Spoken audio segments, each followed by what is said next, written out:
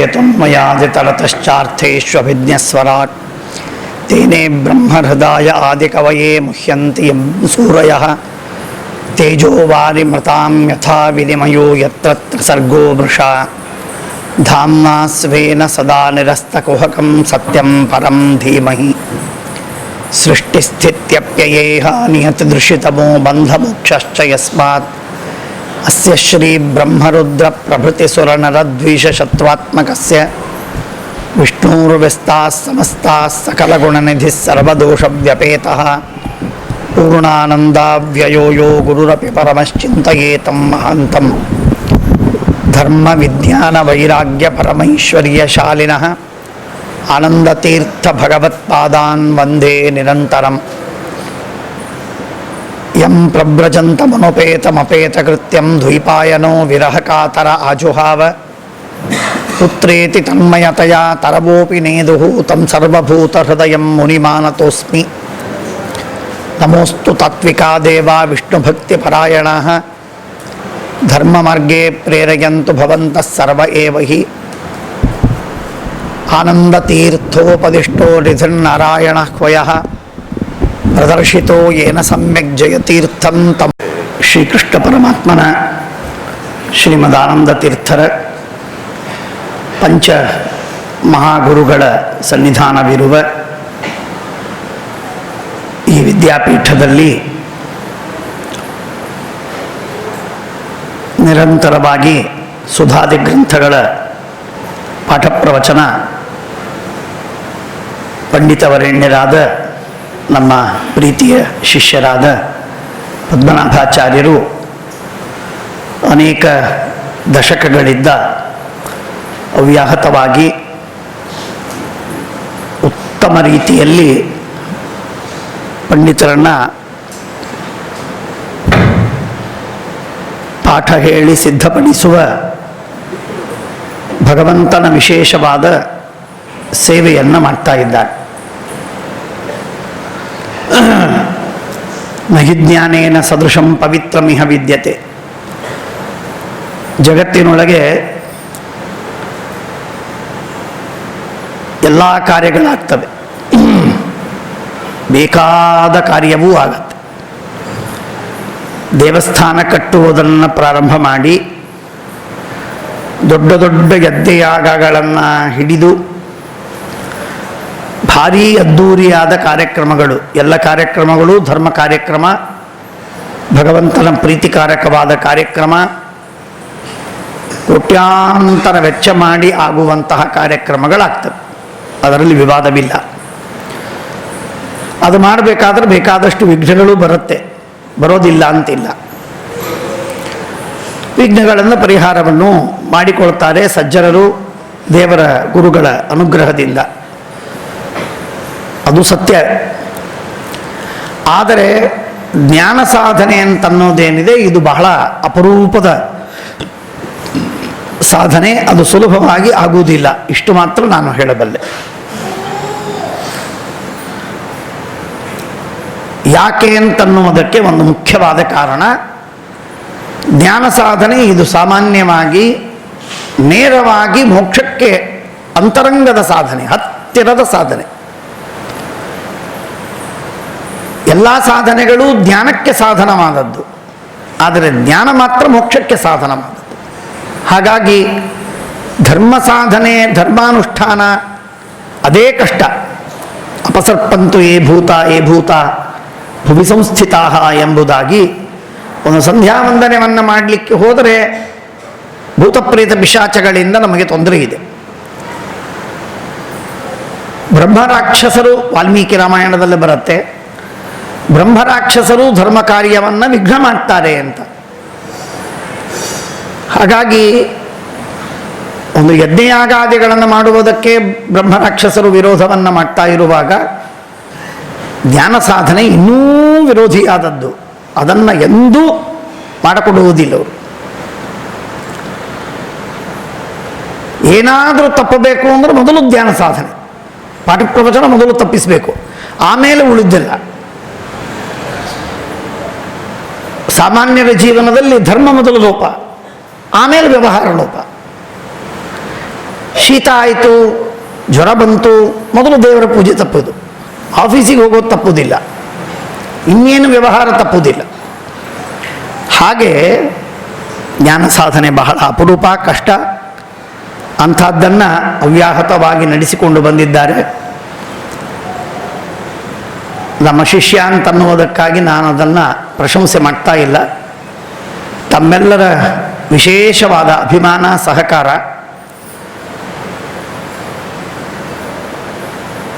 ಅವರ ನಿರಂತರವಾದ ಪರಿಶ್ರಮ, ಅದರಲ್ಲಿರುವಂತಹ ವಿಶೇಷವಾದ ಆಗ್ರಹ,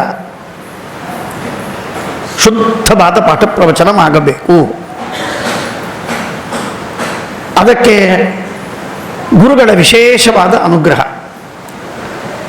ಸತ್ಯಪ್ರಮೋದ ತೀರ್ಥ ಶ್ರೀಪಾದಂಗಳವರದು ಅವರ ಮೇಲೆ ಅನುಗ್ರಹ ಇತ್ತು, ನಾನು ನೋಡಿದ್ದೀನಿ. ಭಾರಿ ಕೌತುಕವಿತ್ತು ಅವರ ಬಗ್ಗೆ. ಸತ್ಯಾತ್ಮರಂತೂ ವಿಶೇಷವಾಗಿ ಅನುಗ್ರಹವನ್ನು ಮಾಡ್ತಾರೆ. ನಮ್ಮ ಆಚಾರ್ಯರ ವಿಶೇಷವಾಗಿ ಅನುಗ್ರಹವಿತ್ತು. ಆ ಕಾರಣದಿಂದ ಈ ವಿಶೇಷ ಉತ್ತಮವಾದ ರೀತಿಯಲ್ಲಿ ಪಾಠ ಪ್ರವಚನ ನಡೆದಿದೆ.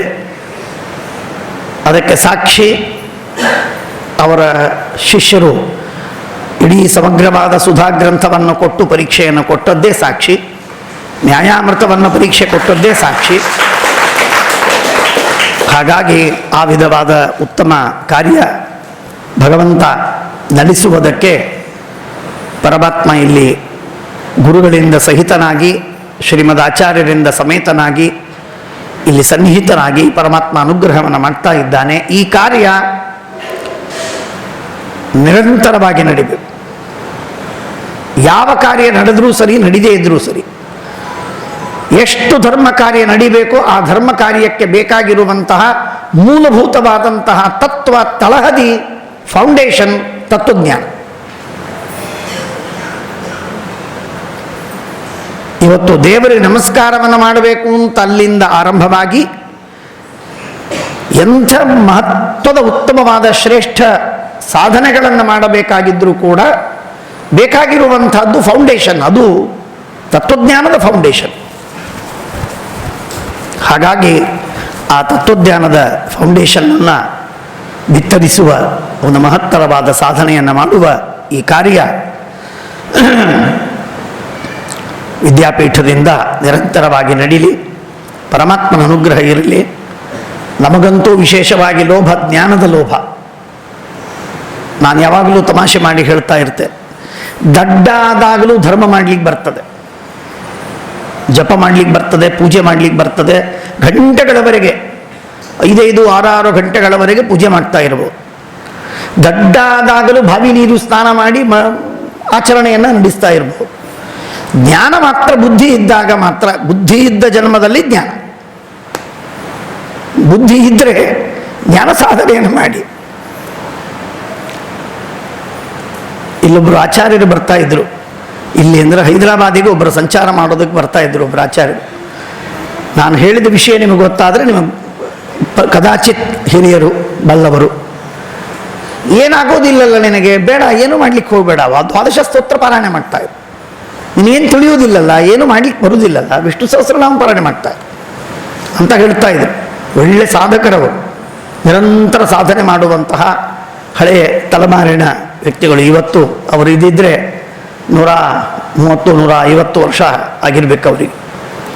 ಹೇಳುವ ತಾತ್ಪರ್ಯ, ಬುದ್ಧಿ ಕೊಟ್ಟಾಗ ಭಗವಂತ ಜ್ಞಾನ ಸಾಧನೆಯನ್ನು ಮಾಡಿ ಅದನ್ನು ಸಾರ್ಥಕಪಡಿಸಿಕೊಂಡಿದ್ದೇನೆ ಅಂತ ಪರಮಾತ್ಮನಿಗೆ ನಾವು ರಿಪೋರ್ಟ್ ಕೊಡಬೇಕು. ಪ್ರತಿ ವರ್ಷ, ಪ್ರತಿ ತಿಂಗಳು, ಪ್ರತಿ ದಿನ.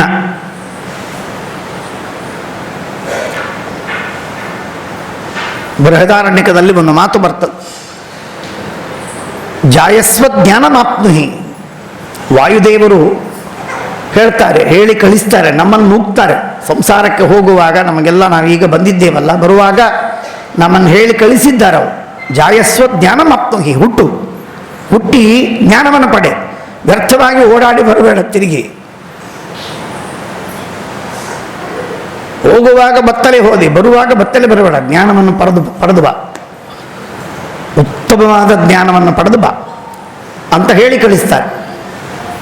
ಹಾಗೆ ಭಾರೀ ನಮ್ಮ ಸಾಧನೆ ಎಷ್ಟು ಸಾಧ್ಯವೋ ಅಷ್ಟು ಹೆಚ್ಚಿನ ಮಟ್ಟದಲ್ಲಿ ಜ್ಞಾನ ಸಾಧನೆಯನ್ನು ಮಾಡಿ ಜ್ಞಾನವನ್ನು ಗಳಿಸಿ ಸಂಪಾದನೆ ಮಾಡಿ ಭಗವಂತ ಶ್ರೀಮದ್ ಆಚಾರ್ಯರ ಸಿದ್ಧಾಂತವನ್ನು ಎಷ್ಟು ಉತ್ತಮವಾದ ರೀತಿಯಲ್ಲಿ ನಮಗೆ ತಿಳಿದುಕೊಳ್ಳುವುದು ಸಾಧ್ಯ ಆ ರೀತಿಯಾಗಿ ಸಾಧನೆಯನ್ನು ಮಾಡಬೇಕು. ಅಂತಹ ಉತ್ತಮವಾದ ಸಾಧನೆಯ ಒಂದು ಅಂಗ, ಸಣ್ಣ ಅಂಗ ಪ್ರವಚನ ರೂಪವಾದದ್ದು. ಆ ಪ್ರವಚನವನ್ನು ದೇವರ ಪ್ರೀತ್ಯರ್ಥವಾಗಿ ಪರಮಾತ್ಮನಿಗೆ ಸಮರ್ಪಣೆ ಮಾಡುವುದಕ್ಕೆ ಈ ಒಂದು ಸ್ತೋತ್ರವನ್ನು ಗರ್ಭಸ್ತುತಿ ಅಂತ ದಶಮಸ್ಕಂಧದಲ್ಲಿ ಬರುವಂಥದ್ದು. ಬಹಳ ವಿಚಿತ್ರವಾದ ವ್ಯಕ್ತಿಗಳು ದೊಡ್ಡವರಾಗಿ ಹುಟ್ಟಿ ಸತ್ತ ಮೇಲೆ ಅಥವಾ ಕೆಲವರು ದೊಡ್ಡವರು ಅಂತಾಗ್ತಾರೆ, ಕೊನೆ ಹಂತದಲ್ಲಿ ದೊಡ್ಡವರು ಅಂತ ಗೊತ್ತಾಗ್ತಾರೆ. ಕೆಲವು ಪ್ರೈಮಿನಲ್ಲಿದ್ದಾಗ ಅವರು ಉತ್ತಮರು ಅಂತ ತಿಳಿತದೆ. ಆದರೆ ಕೆಲವರೇನಿರ್ತಾರಲ್ಲ, ಅವರು ಹುಟ್ಟುವಾಗಲೇ ಅಲ್ಲ, ಹುಟ್ಟೋದಕ್ಕಿಂತಲೂ ಮುಂಚೆಯೇ ಅವರು ಸರ್ವೋತ್ತಮರು ಅಂತ ಜಗತ್ತಿಗೆ ಪ್ರಸಿದ್ಧರಾಗ್ತಾರೆ. ಅದರಲ್ಲಿ ನಮ್ಮ ಶ್ರೀಕೃಷ್ಣ ಪರಮಾತ್ಮ, ರಾಮ, ಶ್ರೀರಾಮ, ವೇದವ್ಯಾಸ ದೇವರು ಇವರೆಲ್ಲ ಅವತಾರದಲ್ಲಿ ಆ ರೀತಿಯಾಗಿ ಇದ್ದವರು. ಹಾಗಾಗಿ ಕೃಷ್ಣ ಪರಮಾತ್ಮ ಗರ್ಭದಲ್ಲಿರುವಾಗಲೇ ಬ್ರಹ್ಮದೇವರು, ರುದ್ರದೇವರು ಬಂದು ಸ್ತೋತ್ರವನ್ನು ಮಾಡ್ತಾರೆ, ದಿವ್ಯವಾದ ಸ್ತೋತ್ರ. ಹಾಗಾಗಿ ಅದಕ್ಕೆ ಹೆಸರೇ ಗರ್ಭಸ್ತುತಿ. ದೇವಕಿಯ ಗರ್ಭದಲ್ಲಿ ಪರಮಾತ್ಮ ಸರ್ವತ್ರ ವ್ಯಾಪ್ತ. ಹಾಗಾಗಿ ಪರಮಾತ್ಮ ದೇವಕಿಯ ಗರ್ಭದಲ್ಲೂ ಇದ್ದಾನೆ, ಹೊರಗೆಯೂ ಇದ್ದಾನೆ. ಭಗವಂತನಿಗೆ ಗರ್ಭವಾಸ ಅಂತ ಇಲ್ಲ, ಗರ್ಭವಾಸ ಇದ್ದೇ ಇದೆ. ದುಃಖ ಇಲ್ಲ ಪರಮಾತ್ಮನಿಗೆ, ನರಕದಲ್ಲಿದ್ದರೂ ದುಃಖ ಇಲ್ಲ. ತತ್ರಾಪಿ ಚ ತದ್ವ್ಯಾಪಾರಾದ ವಿರೋಧ. ಪರಮಾತ್ಮ ನರಕದಲ್ಲೂ ಇದ್ದಾನೆ, ಅಂಧಂತಮಸ್ಸಿನಲ್ಲಿದ್ದಾನೆ. ಅಂಧಂತಮಸ್ಸಿನಲ್ಲಿದ್ದಂತಹ ಜೀವರಿಗೆ ನಿಯಮನವನ್ನು ಮಾಡುವುದಕ್ಕೆ ಯಾರಿದ್ದಾರೆ? ಪರಮಾತ್ಮನೇ. ಹಾಗಾಗಿ ಪರಮಾತ್ಮ ಎಲ್ಲ ಕಡೆಗಿದ್ದಾನೆ, ನರಕದಲ್ಲಿ, ಅಂಧಂತಮಸ್ಸಿನಲ್ಲಿ, ಗರ್ಭದಲ್ಲಿ, ಗರ್ಭದ ಹೊರಗಡೆ, ಕೊಳಚೆಯಲ್ಲಿ, ಕೊಳಚೆಯ ಹೊರಗಡೆ, ಎಲ್ಲ ಕಡೆಗೂ ವ್ಯಾಪ್ತನಾಗಿದ್ದಾನೆ ಪರಮಾತ್ಮ. ಹಾಗೆ ಗರ್ಭದಲ್ಲೂ ಭಗವಂತ ಇದ್ದಾನೆ. ಗರ್ಭದಲ್ಲಿರುವಂತಹ ಭಗವಂತನಿಗೆ ಶ್ರೀಮದ್ ಆಚಾರ್ಯರು, ಯಾವ ಸಿದ್ಧಾಂತಕಾರರು ಈ ಮಾತುಗಳನ್ನು ಹೇಳುವುದಿಲ್ಲ. ಶೋಚನೀಯವಾದಂಥದ್ದು. ನಮ್ಮ ಭಾರತೀಯ ಪರಂಪರೆಯಲ್ಲಿ ನಾನು ಯಾವಾಗಲೂ ಹೇಳ್ತೇನೆ, ನಮ್ಮ ಮಧ್ವಾಚಾರ್ಯರಂತೆ ದೇವರ ಸರ್ವೋತ್ತಮತ್ವವನ್ನು ಇಷ್ಟು ಚೆನ್ನಾಗಿ ವರ್ಣನೆ ಮಾಡಿದ ಇನ್ನೊಂದು ಧರ್ಮಗಳಿಲ್ಲ, ನಮ್ಮಲ್ಲೂ ಯಾರು ಹೇಳಿಲ್ಲ. ಅಂದರೆ ಬೌದ್ಧ ಜೈನರಲ್ಲಿ ದೇವರೇ ಒಪ್ಪಲಿಲ್ಲ, ಸಾಂಖ್ಯ ಮೀಮಾಂಸಕರು ದೇವರನ್ನೇ ಒಪ್ಪಲಿಲ್ಲ.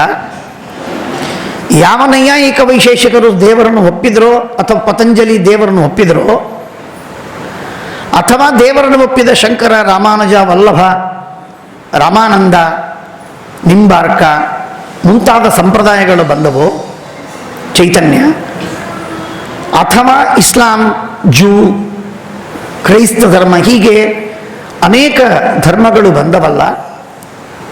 ಈ ಯಾವ ಧರ್ಮಗಳಲ್ಲೂ ಕೂಡ ಶ್ರೀಮದಾಚಾರ್ಯರಂತೆ ದೇವರನ್ನು ವರ್ಣನೆ ಮಾಡುವವರು ಜಗತ್ತಿನಲ್ಲಿ ಸುತರಾಂ ಯಾರೂ ಇಲ್ಲ. ದೇವರ ಶ್ರೀಮದಾಚಾರ್ಯರ ಹತ್ತಿರ ಬರುವುದಿಲ್ಲ. He is for for ahead of him. ಯಾವ ಯಾವ ಯಾವ ಇಸ್ಲಾಂ ಧರ್ಮದಲ್ಲಿ ದೇವರನ್ನು ಬಹಳ ಅದ್ಭುತವಾಗಿ ವರ್ಣನೆ ಮಾಡ್ತಾರೆ, ಬಹಳ ಅದ್ಭುತವಾಗಿ ವರ್ಣನೆ ಮಾಡ್ತಾರೆ. ಕುರಾನಿನಲ್ಲೂ ಇದೆ. ಕುರಾನನ್ನು ಬಿಟ್ಟು ಇನ್ನನೇಕ ಅದರ ವ್ಯಾಖ್ಯಾನಭೂತ ಗ್ರಂಥಗಳೇನಿವೆ, ನಾನು ಇಂಗ್ಲೀಷಿನಲ್ಲಿ ಓದಿದ್ದು, ನಾನು ಯಾವುದು ಅವರ ಒರಿಜಿನಲ್ ಗ್ರಂಥಗಳನ್ನು ಓದಿದ್ದಲ್ಲ, ಆದರೆ ಅದರ ಅನುವಾದಗಳನ್ನು, ಟ್ರಾನ್ಸ್ಲೇಷನ್ ಓದಿದಾಗ ಅದ್ಭುತವಾಗಿ ವರ್ಣನೆ ಮಾಡ್ತಾರೆ. ಆದರೆ ನಮ್ಮ ವೇದ ಉಪನಿಷತ್ತುಗಳಾಗಲಿ ಅದರ ವಿವರ ರೂಪವಾದಂತಹ ಶ್ರೀಮದ್ ಆಚಾರ್ಯರ ದೇವರನ್ನು ವರ್ಣನೆ ಮಾಡುವ ಕ್ರಮವಾಗಲಿ ಎಷ್ಟು ಅದ್ಭುತ ಅದ್ಭುತ ಅಂದರೆ ಅವುಗಳಿಗೆ ಶಬ್ದವೇ ಇಲ್ಲ. ಅಷ್ಟು ಸುಂದರವಾಗಿ ವರ್ಣನೆಯನ್ನು ಮಾಡುವಂತಹದ್ದು ನಮ್ಮ ಶ್ರೀಮದಾಚಾರ್ಯರು ಒಬ್ಬರೇ. ವೈದಿಕ ಸಿದ್ಧಾಂತ ಒಂದೇ. ಹಾಗಾಗಿ ಗರ್ಭದಲ್ಲಿ ಪರಮಾತ್ಮ ವಾಸವಾಗಿದ್ದಾನೆಯಾ ಅಂತ ಕೇಳಿದರೆ ಹೌದು ಅಂತ ಶ್ರೀಮದಾಚಾರ್ಯರು ಹೇಳ್ತಾರೆ. ಅದಕ್ಕೆ ತಾತ್ಪರ್ಯ ನಿರ್ಣಯದಲ್ಲಿ ಶ್ರೀಮದಾಚಾರ್ಯರು ಆ ವ್ಯವಸ್ಥೆಯನ್ನೇ, ತತ್ವವನ್ನೇ ನಮಗೆ ತಿಳಿಸಿಕೊಟ್ರು. ಇದು ಸುಮ್ಮನೆ ಅದರ ಬಗ್ಗೆ ಅರ್ಧ ಮಾತಾಡಿ ಬಿಟ್ಟು ಹೇಳಿ ಮಾಡಿ ಹೀಗಲ್ಲ. ಅತ್ಯಂತ ನಿಷ್ಕೃಷ್ಟವಾಗಿ ಹೌದು ಭಗವಂತ ಗರ್ಭದಲ್ಲಿದ್ದಾನೆ, ಪರಮಾತ್ಮ ಇರ್ತಾನೆ, ಅವನಿಗೆ ಸಾಧ್ಯವಿದೆ, ಅವನಿಗೆ ದುಃಖವಾಗುವುದಿಲ್ಲ ಎಂದು ಹೇಳುವಂಥದ್ದು. ಆ ಗರ್ಭದಲ್ಲಿರುವ ಸಂದರ್ಭದಲ್ಲಿ ಪರಮಾತ್ಮನನ್ನು ಸ್ತೋತ್ರ ಮಾಡುವುದಕ್ಕಾಗಿ ಬ್ರಹ್ಮದೇವರು ಮತ್ತು ರುದ್ರದೇವರು ಬಂದು ಪರಮಾತ್ಮನನ್ನು ಕೊಂಡಾಡ್ತಾರೆ. ಪರಮಾತ್ಮನನ್ನು ಕೊಂಡಾಡುವಾಗ ಹೇಳ್ತಾರೆ, ಸತ್ಯವ್ರತಂ ಸತ್ಯಪರಂ ತ್ರಿಸತ್ಯಂ ಸತ್ಯಸ್ಯ ಯೋನಿಂ ನಿಹಿತಂಚ ಸತ್ಯೇ ಸತ್ಯಸ್ಯ ಸತ್ಯಂ ಉತ ಸತ್ಯನೇತ್ರಂ ಸತ್ಯಾತ್ಮಕಂ ತ್ವಾಂ ಶರಣಂ ಪ್ರಪನ್ನಾಃ. ಮೊಟ್ಟ ಮೊದಲಿನ ಮಾತಿದು. ಸತ್ಯನನ್ನ ಪರಮಾತ್ಮನನ್ನ ಸ್ತೋತ್ರ ಮಾಡ್ತಾ ಇದ್ದಾರೆ. ಭಗವಂತನನ್ನ ಸ್ತೋತ್ರ ಮಾಡುವ ರೀತಿ ಆ ಸತ್ಯ ಎಂಬ ಶಬ್ದದಿಂದಲೇನೆ ಭಗವಂತನ ವಿಶೇಷವಾದ ಸ್ತೋತ್ರ. ಆ ವರ್ಣನೆ ಮಾಡುವಾಗ ಸತ್ಯವ್ರತಂ ಸತ್ಯಪರಂ ತ್ರಿಸತ್ಯಂ ಈ ಎಲ್ಲ ಮಾತುಗಳಿಗೆ ಶ್ರೀಮದಾಚಾರ್ಯರು ಸ್ವಯಂ ವ್ಯಾಖ್ಯಾನವನ್ನು ಮಾಡ್ತಾರೆ. ನಾನು ಯಾವಾಗಲೂ ಹೇಳ್ತಿರ್ತೇನೆ, ಮಹಾಭಾರತವನ್ನು ಒಂದೊಂದು ವಾಕ್ಯವನ್ನು ಓದಿ ತಿಳಿಯಲೇಬೇಕು ಎನ್ನುವಂತಹ ಆಗ್ರಹ ಶ್ರೀಮದಾಚಾರ್ಯರಿಗೆ ನಮ್ಮ ಸಲುವಾಗಿ ಇಲ್ಲ. ಅರ್ಥಾತ್ ಮಾನವರು ಒಂದೊಂದು ವಾಕ್ಯವನ್ನು ಓದಲೇಬೇಕು ಅನ್ನುವುದಾಗಿ ಅವರ ಸಿದ್ಧಾಂತವಿಲ್ಲ. ಓದಿದರೆ ಸಂತೋಷ, ಬಿಟ್ಟರೂ ಸಂತೋಷ. ನಾನು ಬರೆದ ತಾತ್ಪರ್ಯ ನಿರ್ಣಯ ತಿಳಿದರೆ ಸಾಕು. ಆದರೆ ಭಾಗವತ ಮಾತ್ರ ಹಾಗಲ್ಲ. ಯಾವ ಪುರಾಣದ ಬಗ್ಗೆಯೂ ಈ ರೀತಿಯಾಗಿ ಶ್ರೀಮದಾಚಾರ್ಯರಿಗೆ ಅಭಿಪ್ರಾಯವಿಲ್ಲ. ಹಾಗಾಗಿ ಶ್ರೀಮದಾಚಾರ್ಯರು ಪುರಾಣಗಳಲ್ಲಿ ಭಾಷಾತ್ರಯವಿದೆ, 100 ರೀತಿಗಳಿದೆ, ಸಪ್ತ ಕ್ರಮಗಳಿವೆ, ಪುರುಷವ್ಯತ್ಯಯ ಕಾಲವ್ಯತ್ಯಯ ಇವುಗಳಿಂದಾಗಿ ನಿಮಗೆ ಬಹಳ ಗೊಂದಲವಾಗತ್ತೆ, ತತ್ವವನ್ನು ನಿಶ್ಚಯ ಮಾಡಲಿಕ್ಕಾಗುವುದಿಲ್ಲ, ಕಥೆಯನ್ನೂ ಸರಿಯಾಗಿ ನೀವು ನಿರ್ಣಯಿಸಲಿಕ್ಕೂ ಆಗುವುದಿಲ್ಲ ಎಂದಾಗಿ ಆಚಾರ್ಯರು ಎತ್ತಿ ತೋರಿಸಿ ಪುರಾಣಗಳು ಮಾನವರಿಗೆ ಅಗೋಚರ, ಬಹಳ ಕಠಿಣ ಎಂದು ಹೇಳಿದ ಆಚಾರ್ಯರೇ ಭಾಗವತವನ್ನು ಮಾತ್ರ ಪ್ರತಿ ವಾಕ್ಯವನ್ನು ಚೆನ್ನಾಗಿ ಅರ್ಥ ಮಾಡಿಕೊಳ್ಳಿ ಅನ್ನುವ ರೀತಿಯಲ್ಲಿ ಶ್ರೀಮದಾಚಾರ್ಯರು ಭಾಗವತ ತಾತ್ಪರ್ಯವನ್ನು ಬರೆದರು. ಒಂದೊಂದು ವಾಕ್ಯಕ್ಕೆ ಅರ್ಥವನ್ನು ಬರೆದಿದ್ದಾರೆ, ಶಬ್ದಕ್ಕೆ ಅರ್ಥವನ್ನು ಬರೆದಿದ್ದಾರೆ, ಘಟ್ಟಗಳಿಗೆ ಅರ್ಥವನ್ನು ಬರೀತಾರೆ, ಸಿದ್ಧಾಂತವನ್ನು ಒಟ್ಟಾಗಿ ನಿರ್ಣಯ ಮಾಡ್ತಾರೆ, ಕಥೆಗಳ ನಿರ್ಣಯವನ್ನು ಮಾಡ್ತಾರೆ, ತತ್ವದ ವಿವಾದ ಬಂದಾಗ ಅಲ್ಲಿ ನಿರ್ಣಯವನ್ನು ಮಾಡ್ತಾರೆ. ಅತ್ಯಂತ ಸೂಕ್ಷ್ಮವಾದಂತಹ ಪ್ರಮೇಯಗಳನ್ನು, ಅತ್ಯಂತ ಸೂಕ್ಷ್ಮವಾದದ್ದು. ಇಷ್ಟು ಸೂಕ್ಷ್ಮವಾದಂತಹ ಕೆಲವು ತತ್ವಗಳು, ಅವುಗಳನ್ನು ಬಿಚ್ಚಿ ಬಿಡಿಸಿ ವಿವರವಾಗಿ ಅದನ್ನು ವ್ಯಾಖ್ಯಾನಿಸಿ ಶ್ರೀಮದಾಚಾರ್ಯರು ಭಾಗವತದ ನಮಗೇನು ವ್ಯಾಖ್ಯಾನವನ್ನು ಮಾಡಿಕೊಟ್ಟಿದ್ದಾರೆ, ಅಪರೂಪದ ವ್ಯಾಖ್ಯಾನ. ಹಾಗಾಗಿ ಭಾಗವತವನ್ನು ವಾಕ್ಯ ಅಧ್ಯಯನ ಮಾಡಿ ಜ್ಞಾನವನ್ನು ಮಾಡಿಕೊಳ್ಳಿ ಅಂತನ್ನುವುದಾಗಿ ಅವರು ತಮ್ಮ ಇಂಗಿತವನ್ನು ನಮಗೆ ತೋರಿಸಿಕೊಡ್ತಾರೆ. ಬೇರೆ ಗ್ರಂಥಗಳನ್ನು ಹೀಗೆ ಅಧ್ಯಯನ ಮಾಡಬೇಕು ಅಂತನ್ನುವ ಅಗತ್ಯವಿಲ್ಲ. ಶ್ರೀಮದಾಚಾರ್ಯರ ದೃಷ್ಟಿಯಲ್ಲಿ ನಮ್ಮ ಸಲುವಾಗಿ ಶ್ರೀಮದಾಚಾರ್ಯರು ಓದ್ತಾರೆ, ಜ್ಞಾನಿಗಳು ಓದ್ತಾರೆ, ದೇವತೆಗಳಿಗೆ ಸರಿ ವ್ಯಾಖ್ಯಾನವನ್ನು ಮಾಡ್ತಾರೆ. ಭಾಗವತ ತಾತ್ಪರ್ಯದಲ್ಲಿ ಶ್ರೀಮದಾಚಾರ್ಯರು ಸಚ್ಛಬ್ದ ಉತ್ತಮಂ ಭೂಯಾತ್ ಆನಂದಂ ತೀತಿ ವೈ ವದೇತ್ ಏತಿ ಜ್ಞಾನಂ ಸಮುದ್ದಿಷ್ಟಂ ಪೂರ್ಣಾನಂದ ದೃಶಿಸ್ತತಃ ಸತ್ಯಶಬ್ದೋದಿತಂ ತಾತಕ ರೂಪಂ ನಿತ್ಯಂ ಯಥೋ ಹರೇಃ ಸತ್ಯವ್ರತಸ್ತತೋ ವಿಷ್ಣು ಸದ್ಭೂತತ್ರಯಮುಚ್ಯತೆ. ಸತ್ಯವ್ರತ ಎನ್ನುವ ಶಬ್ದ ನಮ್ಮ ಪರಂಪರೆಯಲ್ಲಿ ವಿದ್ಯಾಧೀಶರು ಕೇಳಿದ್ದೀರಿ. ಆ ವಿದ್ಯಾಧೀಶರ ಶಿಷ್ಯರು ಸತ್ಯವ್ರತ ತೀರ್ಥ ಶ್ರೀಪಾದಂಗಳವರು. ಸಾಂಗಲಿಯಲ್ಲಿ ಅವರ ವೃಂದಾವನವಿದೆ. ಮಹಾನುಭಾವರು. ಪ್ರಾಯ ಶ್ರೀಮನ್ಯಾಯ ಸುಧಾ ಗ್ರಂಥಕ್ಕೆ ವಿಜಯೇಂದ್ರರು ವಾದಿರಾಜರ ತರುವಾಯ ಮೊಟ್ಟ ಮೊದಲಿನ ವ್ಯಾಖ್ಯಾನವನ್ನು ಬರೆದವರು ಸತ್ಯವ್ರತರು ಅಂತ ತೋರ್ತದೆ. ಅಷ್ಟು ಪ್ರಾಚೀನ ಕಾಲದ ಮಹಾನುಭಾವರು ಸತ್ಯವ್ರತರು. ವಿದ್ಯಾಧೀಶರ ಶಿಷ್ಯರು ನೋಡಿದರೆ ಅದರ ಟಿಪ್ಪಣಿ ಅವರದೇ ಮೊದಲಿಗಿತ್ತೇನೋ ಅಂತನ್ನುವ ಸಂಕೇತ ನಮಗೆ ಗೊತ್ತಾಗ್ತದೆ. ಇರಲಿ, ಅವರ ಹೆಸರು ಸತ್ಯವ್ರತ. ಆ ಸತ್ಯವ್ರತ ಎಂಬ ಶಬ್ದದ ಮೂಲ ಮಾತು ಅದು ಭಾಗವತದಲ್ಲಿ ಬರುವಂತಹದ್ದು. ದೇವರಿಗೆ ವಿಶೇಷಣವಾಗಿ ಕೊಟ್ಟಿದ್ದಾರೆ. ಸತ್ಯವ್ರತ ಅನ್ನುವುದಾಗಿ ಹೇಳ್ತಾರೆ. ವ್ರತ ಎನ್ನುವ ಶಬ್ದಕ್ಕೆ ಅರ್ಥ ಏನು? ವ್ರತ ಎಂಬ ಶಬ್ದಕ್ಕೆ ಇವತ್ತೆಲ್ಲ ಚಾತುರ್ಮಾಸ್ಯ ವ್ರತ ನಡೀತಾ ಇದೆ, ಏಕಾದಶಿ ವ್ರತಗಳು ನಡೀತಾ ಇರ್ತವೆ. ಹಾಗಾಗಿ ವ್ರತ ಎಂಬ ಶಬ್ದಕ್ಕೆ ಅರ್ಥ ಏನು ಅಂತನ್ನುವುದನ್ನು ನಾವು ತಿಳಿಬೇಕು. ವ್ರತ ಅಂತನ್ನುವ ಶಬ್ದಕ್ಕೆ ಎರಡು ಅರ್ಥಗಳಿವೆ. ಒಂದು, ಎರಡೂ ಅರ್ಥಗಳಲ್ಲಿ ಅನುಗತವಾಗಿರುವಂಥದ್ದು ಒಂದು ನಿಯಮ ಅನ್ನುವಂತಹ ಅರ್ಥ. ಏನು ನಿಯಮ ಅಂದರೆ ಹಾಲನ್ನು ಕುಡಿಯೋದು ಅನ್ನುವುದೇ ಒಂದು ನಿಯಮ. ಇದು ಪಯೋವ್ರತ, ಹಾಲನ್ನೇ ಕುಡಿದು ಇರುವಂಥದ್ದು, ಇನ್ನೇನೂ ತಿನ್ನುವುದಿಲ್ಲ. ಇದು ಪಯೋವ್ರತ. ಕ್ಷೀರವ್ರತದಲ್ಲಿ ಅದಕ್ಕೆ ವಿಪರೀತ, ಕ್ಷೀರವನ್ನು ಮುಟ್ಟುವುದೇ ಇಲ್ಲ. ದ್ವಿದಳ ವ್ರತದಲ್ಲಿ ನಿಯಮ, ದ್ವಿದಳವನ್ನು ಮುಟ್ಟುವುದೇ ಇಲ್ಲ, ಸರ್ವಥಾ ಉಪಭೋಗ ಮಾಡುವುದಿಲ್ಲ, ತಿನ್ನುವುದಿಲ್ಲ ಎನ್ನುವುದಾಗಿ. ಶಾಖವ್ರತ, ಇವೆಲ್ಲ ನಾಲ್ಕು ವ್ರತಗಳು ಬಿಡುವುದು ಎಂಬ ಅರ್ಥದಲ್ಲಿ. ಪತಿವ್ರತೆ ಅಂದರೆ ಪತಿಯನ್ನು ಬಿಟ್ಟುಬಿಡುವುದು ಅಂತ ಅರ್ಥ ಅಲ್ಲ. ಪತಿಯನ್ನ ಬಿಟ್ಟು ಬೇರೊಬ್ಬ ಪುರುಷನ ಕಡೆಗೆ ಕಣ್ಣೆತ್ತಿ ನೋಡದಿರುವುದು, ಇದು ಪತಿವ್ರತೆ. ಪಯೋವ್ರತ ಅಂದರೆ ಹಾಲನ್ನು ಬಿಟ್ಟು ಬೇರೆಯದನ್ನು ಕುಡಿಯದಿರುವುದು, ಇದು ಪಯೋವ್ರತ. ಹಾಗಾಗಿ ವ್ರತ ಎಂಬ ಶಬ್ದಕ್ಕೆ ಎರಡು ಅರ್ಥಗಳಿವೆ. ಒಂದು ಸ್ವೀಕಾರ ಅಂತ ಅರ್ಥ, ಇನ್ನೊಂದು ಪರಿತ್ಯಾಗ ಅಂತ ಅರ್ಥ. ನಿಯಮೇನ ಸ್ವೀಕಾರ ಮಾಡುವುದು ವ್ರತವೇ, ನಿಯಮೇನ ಬಿಟ್ಟು ಬಿಡುವುದೇ ವ್ರತವು, ಅದು ಒಂದು ವ್ರತ. ಹಾಗಾಗಿ ಸತ್ಯವ್ರತ ಅಂತನ್ನುವ ಶಬ್ದಕ್ಕೆ ಆಚಾರ್ಯರು ಹೇಳ್ತಾರೆ ನೋಡಿ, ಏನರ್ಥ ಹೇಳ್ತಾರೆ. ಸತ್ಯೆಂಬ ಶಬ್ದಕ್ಕೆ ಸತ್ಶಬ್ದ ಉತ್ತಮಂ ಬ್ರೂಯಾತ್. ಆಚಾರ್ಯರ ಲೆಕ್ಕದಲ್ಲಿ ಸತ್ಯೆಂಬ ಶಬ್ದಕ್ಕೆ 10 ಅರ್ಥಗಳಿವೆ. ಸರ್ವಮೂಲದಲ್ಲಿ ಬೇರೆ ಬೇರೆ ಕಡೆಗೆ ಸರ್ವೋತ್ತಮ ಅಂತ ಒಂದರ್ಥ, ಸ್ವತಂತ್ರ ಅಂತ ಅರ್ಥ, ಅಸಂಭವಸ್ತು ಸತೋ ಅನುಪಪತ್ತೇಹೇ ಅಂತ ಸೂತ್ರವಿದೆ. 2ನೇ ಅಧ್ಯಾಯದ 3ನೇ ಪಾದದಲ್ಲಿ ಸೂತ್ರ. ಆ ಅಧಿಕರಣದಲ್ಲಿ ಸತ್ಶಬ್ದಕ್ಕೆ ಸ್ವತಂತ್ರ ಅಂತ ಅರ್ಥ. ಬಹಳ ಅದ್ಭುತವಾದ ಅರ್ಥದಲ್ಲಿ ಆ ಶಬ್ದವನ್ನು ಬಳಸಿ, ಆ ಸತ್ ಅಂತನ್ನುವ ಶಬ್ದಕ್ಕೆ ಸ್ವತಂತ್ರನಾದ ದೇವರಿಗೆ ಜನ್ಮವಿಲ್ಲ, ಸ್ವತಂತ್ರನಾದ ಭಗವಂತನಿಗೆ ಜನ್ಮವಿಲ್ಲ ಅಂತ ಹೇಳೋದರಿಂದ ಏನಾಯಿತು ಅಂದರೆ ಅಸ್ವತಂತ್ರರಾದವರಿಗೆ ಮಾತ್ರ ಜನ್ಮ ಅನ್ನುವುದರಿಂದ ಏನಾಯಿತು, ಅಸ್ವತಂತ್ರರಿಗೆ ಮಾತ್ರ ಜನ್ಮ ಅಂತನ್ನೋದರಿಂದ ಪರಾಧೀನ ವಿಶೇಷ ವ್ಯಾಪ್ತಿಯೇ ಎಲ್ಲ ಕಡೆಗೆ ಅನುಗತವಾದ ಜನ್ಮ ಎನ್ನುವುದಾಗಿ ಆಚಾರ್ಯರು ಹೇಳುವಂತಹ ಒಂದು ವ್ಯವಸ್ಥೆ ಬಂತು. ಆ ಶಬ್ದ ಅಷ್ಟು ಅದ್ಭುತವಾಗಿ ಅರ್ಥವನ್ನು ಸೂಚಿಸಿಕೊಟ್ಟಿದೆ ಶ್ರೀಮದಾಚಾರ್ಯರಿಗೆ ಅಂತ ನಾವು ತಿಳಿಬಹುದು. ಹಾಗಾಗಿ ಸತ್ಶಬ್ದಕ್ಕೆ ಅರ್ಥ ಏನಾಯಿತು ಅಂದರೆ ಉತ್ತಮ ಅಂತ ಅರ್ಥ. ಆನಂದಂ ತೀತಿ ವೈವದೆ, ತಿ ಎಂಬ ಶಬ್ದಕ್ಕೆ ಆನಂದ ಅಂತ ಅರ್ಥ. ಏನು ತಿ? ತಿ ಅಂದರೆ ಏನು? ತಿ ಅಂದರೆ ತ ಅಥವಾ ತಿ ಎರಡು ಆನಂದ ಅಂತ ಅನ್ನೋ ಅರ್ಥವನ್ನು ಹೇಳುತ್ತದೆ. ಯಾಕೆ?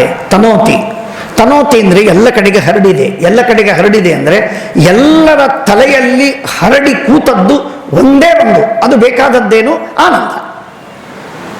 ಅದು ಸಣ್ಣ ಇರುವೆ ಇರಬಹುದು, ಆನೆ ಇರಬಹುದು, ನಾಯಿ ಇರಬಹುದು, ಮನುಷ್ಯರಿರಬಹುದು, ಋಷಿ ದೇವತೆಗಳಿರಬಹುದು, ಬ್ರಹ್ಮಾದಿಗಳಿರಬಹುದು. ಯಾರಿಗಾದರೂ ಅತ್ಯಂತ ಅಪೇಕ್ಷಣೀಯವಾಗಿರುವಂತಹ ವಸ್ತು ಯಾವುದಾದರೂ ಇದ್ದರೆ ಅದು ಆನಂದ. ಅತ್ಯಂತ ಅಪೇಕ್ಷಣೀಯ, ಅದರ ಮೇಲೆ ಇನ್ಯಾವುದೂ ಅಪೇಕ್ಷಣೀಯವಾದದ್ದಿಲ್ಲ. ಏಕಾಂತ ಭಕ್ತರ ಮಾತು ಬಿಟ್ಟು ಬಿಡಿ. ಅಂದರೆ ಇಷ್ಟರ ಮಟ್ಟಿಗೆ ಕೋಟಿ ಕೋಟಿ ಅಲ್ಲ, ಅನಂತಾನಂತ ಜೀವರಾಶಿಗಳಿದ್ದರೆ ಆ ಅನಂತಾನಂತ ಜೀವರಾಶಿಗಳ ಎಲ್ಲರ ತಲೆಯಲ್ಲಿ ಹರಡಿ ಕೂತದ್ದು ಒಂದೇ ಆಬ್ಜೆಕ್ಟ್. ಏನದು? ಆನಂದ. ಎಥಿಕ್ಸಿನಲ್ಲಿ ಒಂದು ಮಾತು ಬರ್ತದೆ, ಹೆಡಾನಿಸಮ್ ಅಂತ ಹೇಳಿ ಒಂದು ಸಿದ್ಧಾಂತ ಬರ್ತದೆ ಎಥಿಕ್ಸಿನಲ್ಲಿ. ಹೇಗೆ ಜಾನ್ ಸ್ಟುವರ್ಟ್ ಮಿಲ್ ಅವರು ಹೇಳುವಂತಹ ಯುಟಿಲಿಟೇರಿಯನಿಸಮ್ ಅಂತ ಅನ್ನೋದು ಒಂದು ವಾದವೋ, ಹಾಗೆ ಅದಕ್ಕಿಂತಲೂ ಹಿಂದೆ ಹೆಡಾನಿಸಮ್. ಹೆಡಾನಿಸಮ್ ಅಂದರೆ ಏನಿಲ್ಲ, ಆನಂದ ನಮ್ಮ ಜೀವನದಲ್ಲಿ ಬರಬೇಕು. ಆನಂದ ಯಾವುದರಿಂದ ಬರುತ್ತೆ ಅದನ್ನು ಮಾಡುವುದೇ ಅದು ನೀತಿ ಅನ್ನುವುದಾಗಿ ಹೇಳುವಂಥದ್ದು.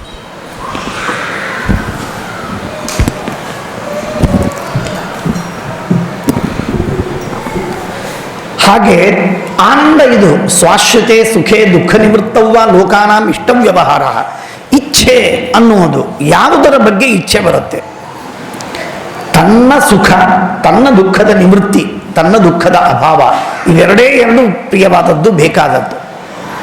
ಹಾಗಾಗಿ ಎಲ್ಲರ ಮನಸ್ಸಿನೊಳಗೆ, ಎಲ್ಲರ ತಲೆಯಲ್ಲಿ ಇದ್ದದ್ದು ಕೇವಲ ಆನಂದ. ಎಲ್ಲ ವಸ್ತುಗಳು ಇದ್ದದ್ದು ಕೇವಲ ಆನಂದಕ್ಕಾಗಿ. ಹಾಸಿಗೆ ಇದ್ದದ್ದು ಆನಂದಕ್ಕಾಗಿ, ಗೋಡೆಗಳನ್ನು ಕಟ್ಟಿ ಮನೆಯನ್ನು ಕಟ್ಟಿದ್ದು ಆನಂದಕ್ಕಾಗಿ, ಏನು ಇದ್ದದ್ದು ಆನಂದಕ್ಕಾಗಿ. ಆದ್ದರಿಂದ ಆನಂದ ಎಲ್ಲಕ್ಕೂ ಮುಖ್ಯವಾಗಿರುವಂತಹದ್ದು. ಆದ್ದರಿಂದ ಅದಕ್ಕೆ ಇಷ್ಟ ಅಂತ ಕರೀತಾರೆ. ಅನನ್ಯಾಧೀನ ಇಚ್ಛಾ ವಿಷಯತ್ವ ಅಂತ ಅದಕ್ಕೆ ಹೇಳುವಂತಹದ್ದು. ಆ ವಿಧವಾದಂತಹ ವಸ್ತು ಅದು ಆನಂದ. ಅದಕ್ಕಾಗಿ ಅದಕ್ಕೆ ತಿ ಅಂದರೆ ತನೋತೀತಿ ತಿಹಿ ಅಥವಾ ತನ್ಯತೆ ಇತಿ ತಿಹಿ ಅಂದರೆ ಎಲ್ಲ ಕಡೆಗೆ ಹರಡಿದ್ದು, ಎಲ್ಲರ ತಲೆಯಲ್ಲಿ ಕೂತದ್ದು, ಎಲ್ಲರಿಗೆ ಅಪೇಕ್ಷಿತವಾದದ್ದು. ಆದ್ದರಿಂದ ತಿ ಅನ್ನುವ ಶಬ್ದಕ್ಕೆ ಆನಂದ ಎನ್ನುವ ಅರ್ಥವನ್ನು ಆಚಾರ್ಯರು ಪ್ರಮಾಣವನ್ನು ಕೊಟ್ಟು ಹೇಳ್ತಾ ಇದ್ದಾರೆ. ಸತ್ ಎಂಬ ಶಬ್ದಕ್ಕೆ ಉತ್ತಮ ಅಂತರ್ಥ, ತಿ ಎನ್ನುವ ಶಬ್ದಕ್ಕೆ ಆನಂದ ಅಂತರ್ಥ, ಯ ಎಂಬ ಶಬ್ದಕ್ಕೆ ಜ್ಞಾನ ಅಂತರ್ಥ. ಏತಿ ಜ್ಞಾನಂ ಸಮುದ್ದಿಷ್ಟಂ, ಯ ಎಂಬ ಶಬ್ದಕ್ಕೆ ಜ್ಞಾನ ಅಂತರ್ಥ. ಉತ್ತಮವಾದ ಜ್ಞಾನಾನಂದಗಳು. ಸತ್ ಎಂದರೆ ಉತ್ತಮ, ತ ಎಂದರೆ ಆನಂದ, ಯ ಎಂದರೆ ಜ್ಞಾನ, ಸತ್ಯ ಎಂದರೆ ಉತ್ತಮವಾದ ಆನಂದ ಜ್ಞಾನಗಳು. ಉತ್ತಮವಾದ ಆನಂದ ಜ್ಞಾನಗಳನ್ನು ವ್ರತ, ಈ ನಿಯಮಕ್ಕೆ ಎಂದೆಂದಿಗೂ ಎಕ್ಸೆಪ್ಷನ್ನೇ ಇಲ್ಲ ಪರಮಾತ್ಮನಲ್ಲಿ. ಅಂದರೆ ಪರಮಾತ್ಮ ಏನನ್ನೇ ಸ್ವೀಕಾರ ಮಾಡಿದ ಅಂದರೆ, ರಾಮನಾದಾಗ ದೇಹವಿದೆ, ರಾಮಾವತಾರ, ರಾಮರೂಪ, ನರಸಿಂಹರೂಪ, ಹಯಗ್ರೀವ, ವರಾಹ, ಶಿಂಶುಮಾರ, ಮೋಹಿನಿ, ಕೊರವಂಜಿ, ಇನ್ನೇನೋ ರೂಪ. ಎಷ್ಟು ರೂಪಗಳನ್ನು ಪರಮಾತ್ಮ ತಾಳಿದರೂ ಆ ಎಲ್ಲ ರೂಪಗಳು ಸತ್ಯ ಆಗಿವೆ. ಸತ್ಯವಾಗದೇ ಇದ್ರೆ ಸತ್ಯವನ್ನು ಬಿಟ್ಟಂತೆ ಆಗುತ್ತಿತ್ತು. ಹಾಗಾಗಿ ಸತ್ಯವನ್ನ ವ್ರತವಾಗಿ ಹಿಡಿದಂತೆ ಆಗುತ್ತಿರಲಿಲ್ಲ. ಸತ್ಯದ ವ್ರತವನ್ನ ಹಿಡಿದಿದ್ದಾನೆ ಪರಮಾತ್ಮ. ಅಂದರೆ ಪರಮಾತ್ಮ ನಿಯಮೇನ ಎಂದೆಂದಿಗೂ ಎಕ್ಸೆಪ್ಷನ್ನೇ ಇಲ್ಲ. ಎಕ್ಸೆಪ್ಷನ್ ಇಲ್ಲದಂತೆ ಪರಮಾತ್ಮ ಜ್ಞಾನಾನಂದಮಯವಾದ ದೇಹವನ್ನೇ ಧರಿಸ್ತಾನೆ. ಜ್ಞಾನಾನಂದಮಯವಾಗದಿರುವ ಪ್ರಾಕೃತವಾದ, ಭೌತಿಕವಾದ, ಲೌಕಿಕವಾದ, ಜಡ, ವಿನಾಶಿ, ಜನ್ಯ, ಪರತಂತ್ರ, ಹಾಳಾಗುವ, ಪೆರಿಷಬಲ್ ಆದ, ಹೊಲಸಾದ, ಕೊಳಕಿನ, ದುರ್ಗಂಧದ, ಕೆಟ್ಟ ದೇಹವನ್ನು ಪರಮಾತ್ಮ ಎಂದೆಂದಿಗೂ ಧರಿಸಿಲ್ಲ. ಅದಕ್ಕಾಗಿ ಪರಮಾತ್ಮನಿಗೆ ಸತ್ಯವ್ರತ. ಈಗ ನೋಡಿ, ಇದು ಗರ್ಭಸ್ತುತಿಯನ್ನು ಮಾಡುವುದಕ್ಕೆ ಬಂದಿದ್ದಾರೆ. ಮೊಟ್ಟ ಮೊದಲು ಸಮಸ್ಯೆ ಬಂತು. ಗರ್ಭಸ್ತುತಿಯನ್ನು ಮಾಡುವಾಗ ಗರ್ಭದಲ್ಲಿ ಕೂಸು ಬೆಳೀತಾ ಇದೆ, ಅಲ್ಲಿ ಕೃಷ್ಣ ಇದ್ದಾನೆ, ಅದು ಕೃಷ್ಣ ಗರ್ಭದಲ್ಲಿದ್ದು ಬೆಳೆಯುವಂತಹ ಕೃಷ್ಣ. ಹಾಗಾದರೆ ನಿಮ್ಮಂತೆ ಪ್ರಾಕೃತವಾದ, ಭೌತಿಕವಾದ ದೇಹವನ್ನು ಪಡೆದವನೇ ಎಂಬ ಪ್ರಶ್ನೆ ಬಂತು. ಆ ಪ್ರಶ್ನೆಗೆ ಮೊಟ್ಟ ಮೊದಲಿಗೆ ಉತ್ತರವನ್ನು ಕೊಡ್ತಾರೆ. ತಮ್ಮ ಮನಸ್ಸಿನಲ್ಲಿ ಸಂಶಯವಿಲ್ಲವಾದ್ದರಿಂದ ಬ್ರಹ್ಮದೇವರಿಗೆ, ರುದ್ರದೇವರಿಗೆ, ಜಗತ್ತಿಗೆ, ಪರಮಾತ್ಮನಿಗೆ ಹೇಳುವಾಗ ಹೇಳ್ತಾರೆ, ಜಗತ್ತಿಗೆ ತಿಳಿಸುವಾಗ ತಿಳಿಸ್ತಾರೆ. ಪರಮಾತ್ಮನ ದೇಹ ಇದು ಆನಂದ ಜ್ಞಾನ ರೂಪವಾದಂಥದ್ದು. ಅದು ಪೂರ್ಣವಾದ, ಉತ್ತಮವಾದ, ಅನಂತವಾದ ಆನಂದ ಜ್ಞಾನಗಳು ಪರಮಾತ್ಮನ ದೇಹವಾಗಿವೆ. ಸ್ವಲ್ಪ ನಾನು ಹೇಳ್ತಾ ಇದ್ದದ್ದು ಕಠಿಣವಾದ ವಿಷಯವಿರಬಹುದು, ಆದರೆ ಕಠಿಣವಾದ ವಿಷಯವನ್ನೇ ನಾನು ಹೇಳುವ ಉದ್ದೇಶದಿಂದ ಕೂತಿದ್ದೇನೆ, ಚಿಂತೆ ಇಲ್ಲ. ಆದ್ದರಿಂದ ಕಠಿಣವಾದದ್ದನ್ನೇ ಹೇಳುತ್ತೇನೆ. ಇದು ಯಾಕೆ ಈ ಮಾತನ್ನು ಹೇಳ್ತಾ ಇದ್ದೇನೆ ಅಂದರೆ, ನಮ್ಮ ಶ್ರೀಮದಾಚಾರ್ಯರ ಸಿದ್ಧಾಂತದಲ್ಲಿ ಇದು ಹೇಗೆ ನಾವು ಕೊನೆ ಹಂತದಲ್ಲಿ ತಿಳಿತೇವೆ. ಸರ್ವಧರ್ಮೋಪಪತ್ತೇಶ್ಚ ಅಂತನ್ನುವುದಾಗಲಿ, ಅಥವಾ ನಿಖಿಲ ಪೂರ್ಣ ಗುಣೈಕ ದೇಹಂ ಅಂತನ್ನುವಾಗಲಿ, ಬ್ರಹ್ಮಸೂತ್ರ ಭಾಷ್ಯ ಅಥವಾ ಅನುವ್ಯಾಖ್ಯಾನಗಳಲ್ಲಿ ಹೇಗೆ ಕೊನೆಗೆ ತಿಳಿತೇವೆ, ಹಾಗೆ ಮೊಟ್ಟ ಮೊದಲು ಕೂಸು ವಿದ್ಯಾಪೀಠಕ್ಕೆ ಬಂದ ದಿನ ಪಾಠ ಪ್ರಾರಂಭವಾಗುವಾಗ ಇದನ್ನೇ ಪಾಠ ಹೇಳ್ತೇವೆ. ಒಂದೇ ಗೋವಿಂದಂ ಆನಂದ ಜ್ಞಾನ ದೇಹಂ ಪತಿಂ ಶ್ರಿಯ, ಆನಂದ ಜ್ಞಾನ ದೇಹಂ ಪತಿಂ ಶ್ರಿಯ. ಆನಂದ ಮತ್ತು ಜ್ಞಾನಗಳೇ ದೇಹವಾಗಿ ಇದ್ದದ್ದು. ಮಗುವಿಗೆ ಅರ್ಥವಾಗುವುದಿಲ್ಲ. ಶಬ್ದವನ್ನು ಗುರುಗಳು ಹೇಳ್ತಾರೆ, ಅನ್ನಿಸ್ತಾರೆ, 10 ಸಲ 20 ಸಲ ಅಂತ ಅನ್ನಿಸ್ತಾರೆ, ಅಂತದೆ, ಅದು ಕಂಠಪಾಠ ಮಾಡ್ತದೆ. ಆದರೆ ಇದ್ದ ಅರ್ಥ ಮಾತ್ರ ಆ ಅನುವ್ಯಾಖ್ಯಾನದಲ್ಲಿ, ಭಾಗವತದಲ್ಲಿ, ಗೀತೆಯಲ್ಲಿ ಇರುವ ಅರ್ಥವೇ ಅದು. ಮೊಟ್ಟ ಮೊದಲಿನ ದಿನ ಲಸಿಕೆ ಹಾಕುವಾಗ ಹೇಗೆ ಡೋಸ್ ವ್ಯಾಕ್ಸಿನೇಷನ್ ಕೊಡುವಾಗ ಮೊಟ್ಟ ಮೊದಲಿಗೆ ನಾವು ಕೊಟ್ಟದ್ದೇನು ಅಂತಂದ್ರೆ ಜ್ಞಾನಾನಂದವೇ ಪರಮಾತ್ಮನ ದೇಹ. ಇದನ್ನು ಮೊದಲು ಖಚಿತವಾಗಿಟ್ಕೋ. ಜ್ಞಾನಾನಂದವೇ ದೇಹ ಅಂತನ್ನುವುದೇನಿದೆಯಲ್ಲ, ಅದು ಪೂರ್ಣವಾದ ಸತ್ ಶಬ್ದ ಅರ್ಥವನ್ನು ಹೇಳ್ತಾ ಇದೆ, ಉತ್ತಮ. ಆ ಉತ್ತಮವಾದ ಜ್ಞಾನಾನಂದಗಳು ದೇಹ ಅಂತನ್ನೋದು ಯಾರಿಗೂ ಇಲ್ಲ. Unique in every sense it is unique. ಲಕ್ಷ್ಮೀದೇವಿಗಿಲ್ಲ. ಅನಂತವಾದ ಜ್ಞಾನಾನಂದಗಳು ಲಕ್ಷ್ಮೀದೇವಿಯ ದೇಹವಲ್ಲ. ಅನಂತವಾದ ಜ್ಞಾನಾನಂದಗಳು ಮುಕ್ತರ ದೇಹವಲ್ಲ. ಅನಂತ ಜ್ಞಾನಾನಂದಗಳು ಬ್ರಹ್ಮಾದಿಗಳ ದೇಹವಲ್ಲ. ಯಾರ ದೇಹವೂ ಅಲ್ಲ, ದೇವರಿಗೆ ಮಾತ್ರ ಇದೆ. ಆದ್ದರಿಂದ ಪರಮಾತ್ಮ ಸತ್ಯವ್ರತ. ಪರಮಾತ್ಮ ಎಂದೆಂದಿಗೂ ಈ ಸತ್ಯವನ್ನು ಬಿಟ್ಟು ಪರಮಾತ್ಮನ ಎಕ್ಸಿಸ್ಟೆನ್ಸೇ ಇಲ್ಲ. ಪರಮಾತ್ಮ ಇದ್ದಾನೆ ಅಂದರೆ ಸತ್ಯವಿದೆ, ಅಂದರೆ ಪರಿಪೂರ್ಣವಾದ ಜ್ಞಾನಾನಂದಗಳು ಅವನ ಸ್ವರೂಪವಾಗಿವೆ. ಪರಿಪೂರ್ಣವಾದ ಜ್ಞಾನಾನಂದಗಳು ಭಗವಂತನ ಸ್ವರೂಪ. ಪರಿಪೂರ್ಣವಾದ ಜ್ಞಾನಾನಂದಗಳಿದ್ದರೆ ಮಾತ್ರ ದೇವರು. ದೇವರಿದ್ದರೆ ಪರಿಪೂರ್ಣವಾದ ಜ್ಞಾನಾನಂದಗಳು ಇರಲೇಬೇಕು. ಸ್ವಾಮಿಗಳು ಬಂದಿದ್ದಾರೆ, ಅವರು ಊಟ ಮಾಡಿದ್ದಾರೆ, ಆದರೆ ಮೂಲರಾಮದೇವರ ಪೂಜೆ ಮಾಡಿಲ್ಲ. ಸಾಧ್ಯವಿದೆಯಾ? ಆಗುವುದಿಲ್ಲ. ಮೂಲರಾಮದೇವರ ಪೂಜೆ ಆಗಿದೆ, ಮೂಲರಾಮದೇವರ ಪೂಜೆ ಆಗಿದೆ, ಆದರೆ ಅಲ್ಲಿ ಸತ್ಯಾತ್ಮರು ಬಂದಿಲ್ಲ. ಅಲ್ಲಿ ಹೀಗೆ ಸಾಧ್ಯವಾ? ಇಲ್ಲ. ಸತ್ಯಾತ್ಮರು ಇದ್ದಾರೆ, ಮೂಲರಾಮದೇವರಿಲ್ಲ ಅಂತಾಗುವುದಿಲ್ಲ. ಮೂಲರಾಮದೇವರ ಪೂಜೆ ಆಗಿದೆ, ಸತ್ಯಾತ್ಮರಿಲ್ಲ ಅಂತಾಗುವುದಿಲ್ಲ. ಹೇಗೋ ಹಾಗೆ ಪರಿಪೂರ್ಣವಾದ ಅನಂತವಾದ ಜ್ಞಾನಾನಂದಗಳಿವೆ, ದೇವರಲ್ಲ ಅಂತನ್ಲಿಕ್ಕೆ ಬರುವುದಿಲ್ಲ. ದೇವರಿದ್ದಾನೆ, ಅನಂತ ಜ್ಞಾನಾನಂದಗಳಿಲ್ಲ ಅಂತನ್ಲಿಕ್ಕಾಗುವುದಿಲ್ಲ. ತಾವದೇವ ಈಶ್ವರೋ ನಾಮ ತತ್ರ ಭೇದೋಪಿ ನ ಕ್ವಚಿತ್. ಹಾಗಾಗಿ ಎಷ್ಟೆಲ್ಲ ಪರಿಪೂರ್ಣವಾದ ಜ್ಞಾನಾನಂದಮಯವಾದದ್ದು ಅದು ಭಗವಂತನ ಸ್ವರೂಪ. ಅಂದರೆ ಬೇಸಿಕ್ ಆಗಿ ಫಂಡಮೆಂಟಲಿ ನಮಗೂ ದೇವರಿಗೂ ಇರುವಂತಹ ಅತೀ ದೊಡ್ಡದಾದ ವ್ಯತ್ಯಾಸವನ್ನು ಆಚಾರ್ಯರು ನಮಗಿಲ್ಲಿ ತಿಳಿಸ್ತಾ ಇದ್ದಾರೆ. ಭಾಗವತ ನಮಗೆ ತಿಳಿಸ್ತಾ ಇದೆ. ಬ್ರಹ್ಮದೇವರು ತಮ್ಮ ಸ್ತೋತ್ರದಲ್ಲಿ ಪರಮಾತ್ಮನನ್ನು ಕೊಂಡಾಡುವಾಗ, ಕೃಷ್ಣನನ್ನು ಕೊಂಡಾಡುವಾಗ ಹೇಳುವಂತಹ ಮಾತು. ನಾನು ಅದಕ್ಕಾಗಿ ತಮಾಷೆ ಮಾಡ್ತಿರ್ತೇನೆ. ಭಾಗವತದಲ್ಲಿ ನಾವು ಒಂದು ಕಡೆಗೆ ಹೋಗಿದ್ದೆ, ಒಂದು ಬಾಲರಾಜೇಶ್ವರ ಗುಡಿ ದೇವಸ್ಥಾನ ಇದೆ ಮುಲುಂಡಿನಲ್ಲಿ. ಅಲ್ಲಿ ಹೋಗಿದ್ದೆ. ಒಬ್ಬ ಗುಜರಾತಿ ಪುರೋಹಿತ ಬಂದಿದ್ದ. ಆ ಗುಜರಾತಿ ಪುರೋಹಿತ ನನಗೆ ಹೇಳ್ತಾ ಇದ್ದ, ನಾನು ಈ ಸಲ ಹೋಗಿದ್ದು, ನನ್ನ ಮೇಲೆ ಬಹಳ ಪ್ರೀತಿ, ಗೌತಮ್ ಶಾಸ್ತ್ರಿ, ಅವನು ಬಹಳ ಪ್ರೀತಿ ಅವನಿಗೆ. ಅವನು ಹೇಳಿದ, ನಾವು ಮೊನ್ನೆ ಗುಜರಾತಕ್ಕೆ ಹೋಗಿ ಬಂದೆ, ಅಲ್ಲಿ ಕೃಷ್ಣ ಪರಮಾತ್ಮ ಎಲ್ಲಿ ಸತ್ತ ಅಲ್ಲ, ಕೃಷ್ಣ ಎಲ್ಲಿ ಸತ್ತನಲ್ಲ. ಅವನ ಶಬ್ದ ಅವನು ಹೇಳುವಾಗಲೇ ನಮಗೆ ಕಿವಿಗೆ ಕಠೋರವಾಯಿತು. ಕೃಷ್ಣ ಎಲ್ಲಿ ಸತ್ತನಲ್ಲ, ಆ ಜಾಗವನ್ನು ನಾನು ಐಡೆಂಟಿಫೈ ಮಾಡಿಕೊಂಡು ಬಂದಿದ್ದೀನಿ. ಪಪ್ಪರೆ ಮಗನೇ, ಕೃಷ್ಣ ಸಾಯೋದು ಅಂತುಂಟೆ ಪರಮಾತ್ಮನನ್ನ. ಅಂದರೆ ಮೂಲಭೂತವಾಗಿ ಶಂಕರಾಚಾರ್ಯರು, ರಾಮಾನುಜಾಚಾರ್ಯ ಈ ಮಾತುಗಳನ್ನು ಹೇಳಲಿಲ್ಲ. ನಮ್ಮ ಆಚಾರ್ಯರು ಮಾತ್ರ ತಿಳಿಸಿಕೊಟ್ಟು, ದೇವರು ಸಾಯುವುದಿಲ್ಲ, ಸತ್ತಂತೆ ನಾಟಕ ಮಾಡ್ತಾನೆ. ಪರಮಾತ್ಮ ಹುಟ್ಟುವುದಿಲ್ಲ, ಹುಟ್ಟಿದ ನಾಟಕವನ್ನು ಮಾಡ್ತಾನೆ. ಪರಮಾತ್ಮ ಸೋಲುವುದಿಲ್ಲ, ಸೋತಂತೆ ತೋರಿಸ್ತಾನೆ. ಪರಮಾತ್ಮನಿಗೆ ರಕ್ತ ಬರುವುದಿಲ್ಲ, ರಕ್ತ ಬಂತೆ ತೋರಿಸ್ತಾನೆ. ಪರಮಾತ್ಮನಿಗೆ ಅಜ್ಞಾನವಿಲ್ಲ, ಅಜ್ಞಾನವಿದ್ದಂತೆ ತೋರಿಸ್ತಾನೆ. ಅಗೇನ್ ಇವತ್ತಿನ ಪ್ರಚಾರದಲ್ಲಿ ಬೇಕಾದಷ್ಟು ಮಾಧ್ಯಮಗಳಲ್ಲಿ ಬೇಕಾದಷ್ಟು ಪ್ರಚಾರವಾಗ್ತವೆ. ಪ್ರಚಾರವಾಗುವಾಗ ನಮ್ಮ ಮಾಧ್ವರು ಆ ರೀತಿ ಮಾತಾಡುವುದಕ್ಕೆ ಅವರಿಗೇನು ಗೊತ್ತಿಲ್ಲ. ಮಾಧ್ವರಿಗೆ, ಯಾವ ಮಾಧ್ವರಿಗೂ ಮಧ್ವಾಚಾರ್ಯ ಏನು ಹೇಳಿದ್ರು ಅಂತ ಗೊತ್ತಿಲ್ಲ. ಕೇವಲ ತಮ್ಮಪ್ಪ ಮಧ್ವಾಚಾರ್ಯರ ಪರಂಪರೆಯವರು ಅಂತಿಷ್ಟೇ ಗೊತ್ತು, ಇನ್ನೇನು ಗೊತ್ತಿಲ್ಲ. ಆದರೆ ನಿಜವಾಗಿ ತಿಳಿಬೇಕಾಗಿದ್ದದ್ದೇನು ಅಂದರೆ, ರಾಮದೇವರನ್ನು ಕರೆಯುವಾಗ, ಇವತ್ತು ಅಯೋಧ್ಯಾಪತಿ ರಾಮಚಂದ್ರ ದೇವರನ್ನು ವರ್ಣನೆ ಮಾಡುವಾಗ ಮರ್ಯಾದಾ ಪುರುಷೋತ್ತಮ ಅಂತ ಕರೀತಾರೆ. ಅಯ್ಯೋ ಮರ್ಯಾದಾ ಪುರುಷೋತ್ತಮ, ಇವನು ಅವಮರ್ಯಾದೆ ಆಗತ್ತ.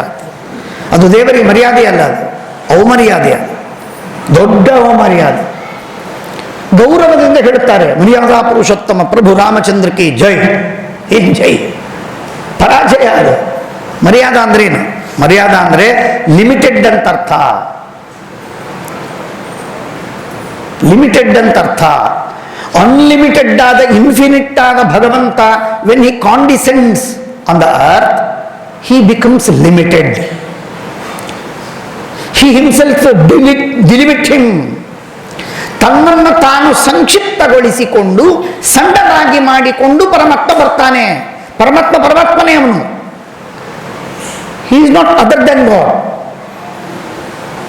ಅವನು ದೇವರಲ್ಲ ಅಂತಲ್ಲ, ದೇವರೇ. ಆದರೆ ದೇವರಾಗಿ ಬಂದರೂ ಕೂಡ ಅನಂತನಾಗಿ ಬರುವುದಿಲ್ಲ. ಅನಂತನಾಗಿ ಬರುವುದಿಲ್ಲ. ರಾಮ ಅನಂತನಾಗಿ ಬಂದಿದ್ರೆ ಹೆಂಡತಿಯನ್ನು ಕಳ್ಕೊತಿರಲಿಲ್ಲ, ಅಳುತ್ತಿರಲಿಲ್ಲ, ತನ್ನ ರಾಜ್ಯವನ್ನು ಕಳ್ಕೊಂಡು ತಿರುಗ್ತಾ ಇರಲಿಲ್ಲ, ರಾವಣನ ಜೊತೆಗೆ ಯುದ್ಧ ಮಾಡೋದಕ್ಕೆ, ಸೇತುವೆಯನ್ನು ಕಟ್ಟೋದಕ್ಕೆ ಕಪಿಗಳ ಸಹಾಯವನ್ನು ತಗೊಳ್ಬೇಕಾಗಿರಲಿಲ್ಲ, ಇತ್ಯಾದಿ ಇತ್ಯಾದಿ. ಎಲ್ಲ ಸತ್ಯ ಸಂಕಲ್ಪ. ಪರಮಾತ್ಮ ಕೇವಲ ತನ್ನ ಇಚ್ಛಾ ಮಾತ್ರ ಪ್ರಭೋ ಸೃಷ್ಟಿ, ಎಲ್ಲ ಇಚ್ಛೆಯಿಂದ ಸೃಷ್ಟಿ ಮಾಡಿಬಿಡ್ತಿದ್ದ. ಸೀತೆಯ ಅಪಹಾರವೇ ಆಗ್ತಿರಲಿಲ್ಲ, ಅಳೋ ಪ್ರಶ್ನೆಯೇ ಬರ್ತಿರಲಿಲ್ಲ, ರಾಜ್ಯವನ್ನ ಕಳೆದುಕೊಳ್ಳೋ ಪ್ರಸಂಗವೇ ಬರ್ತಿರಲಿಲ್ಲ, ವನದಲ್ಲಿ ತಿರುಗೋ ಪ್ರಸಂಗವೇ ಬರ್ತಿರಲಿಲ್ಲ. ತಿರುಗಿದ್ದಾನೆ, ದುಃಖಪಟ್ಟಿದ್ದಾನೆ, ಕಷ್ಟಪಟ್ಟಿದ್ದಾನೆ, ಕೇಳಿದ್ದಾನೆ, ಹುಡುಕಿದ್ದಾನೆ, ಸೀತೆಯಲ್ಲಿ. ಆದ್ದರಿಂದ ಅವನು ರಾಮ ದೇವರಲ್ಲ. ಸತ್ಯಂ ಜ್ಞಾನಂ ಅನಂತಂ ಬ್ರಹ್ಮ. ವೇದ ಹೇಳುತ್ತೇನು? ಅನಂತ ದೇವರು. ಬ್ರಹ್ಮ ಅನಂತ, ರಾಮ ಅನಂತನ ಅಲ್ಲ. ಆದ್ದರಿಂದ ರಾಮ ಏನು ಹಾಗಾದರೆ? ಮರ್ಯಾದ.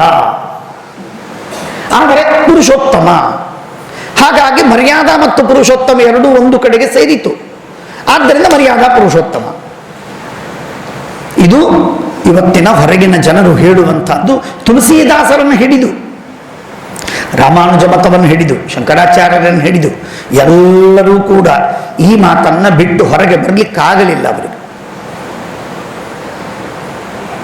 ಅಗೇನ್ ನೀವೆಲ್ಲ ಕೇಳಿದ್ದೀರಿ, ನಾನು ಅದಕ್ಕೆ ಕೆಲವೊಮ್ಮೆ ತುಂಬ ಸಂತಾಪವಾಗುತ್ತೆ. ನಮ್ಮ ಮಧ್ವಾಚಾರ್ಯರು ಏನು ಹೇಳಿದ್ರಲ್ಲ, ಇದು ಎಂಥ ಅದ್ಭುತವಾದದ್ದು, ಎಷ್ಟು ಉತ್ತಮವಾದಂತಹ ವಿಷಯವನ್ನು ಹೇಳ್ತಾರೆ.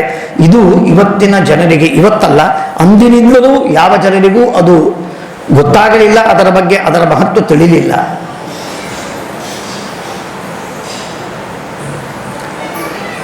ಇಸ್ಲಾಂ ಧರ್ಮ ಸ್ವಲ್ಪ ಹೇಳಿದ್ರೆ ನಡೀತದೆ. ಹೇಳಿದ್ದೆ ಭಾಗವತ, ಅದಕ್ಕೆ ಇದೆಲ್ಲ ಭಾಗವತನೇ. ಮತ್ತೆ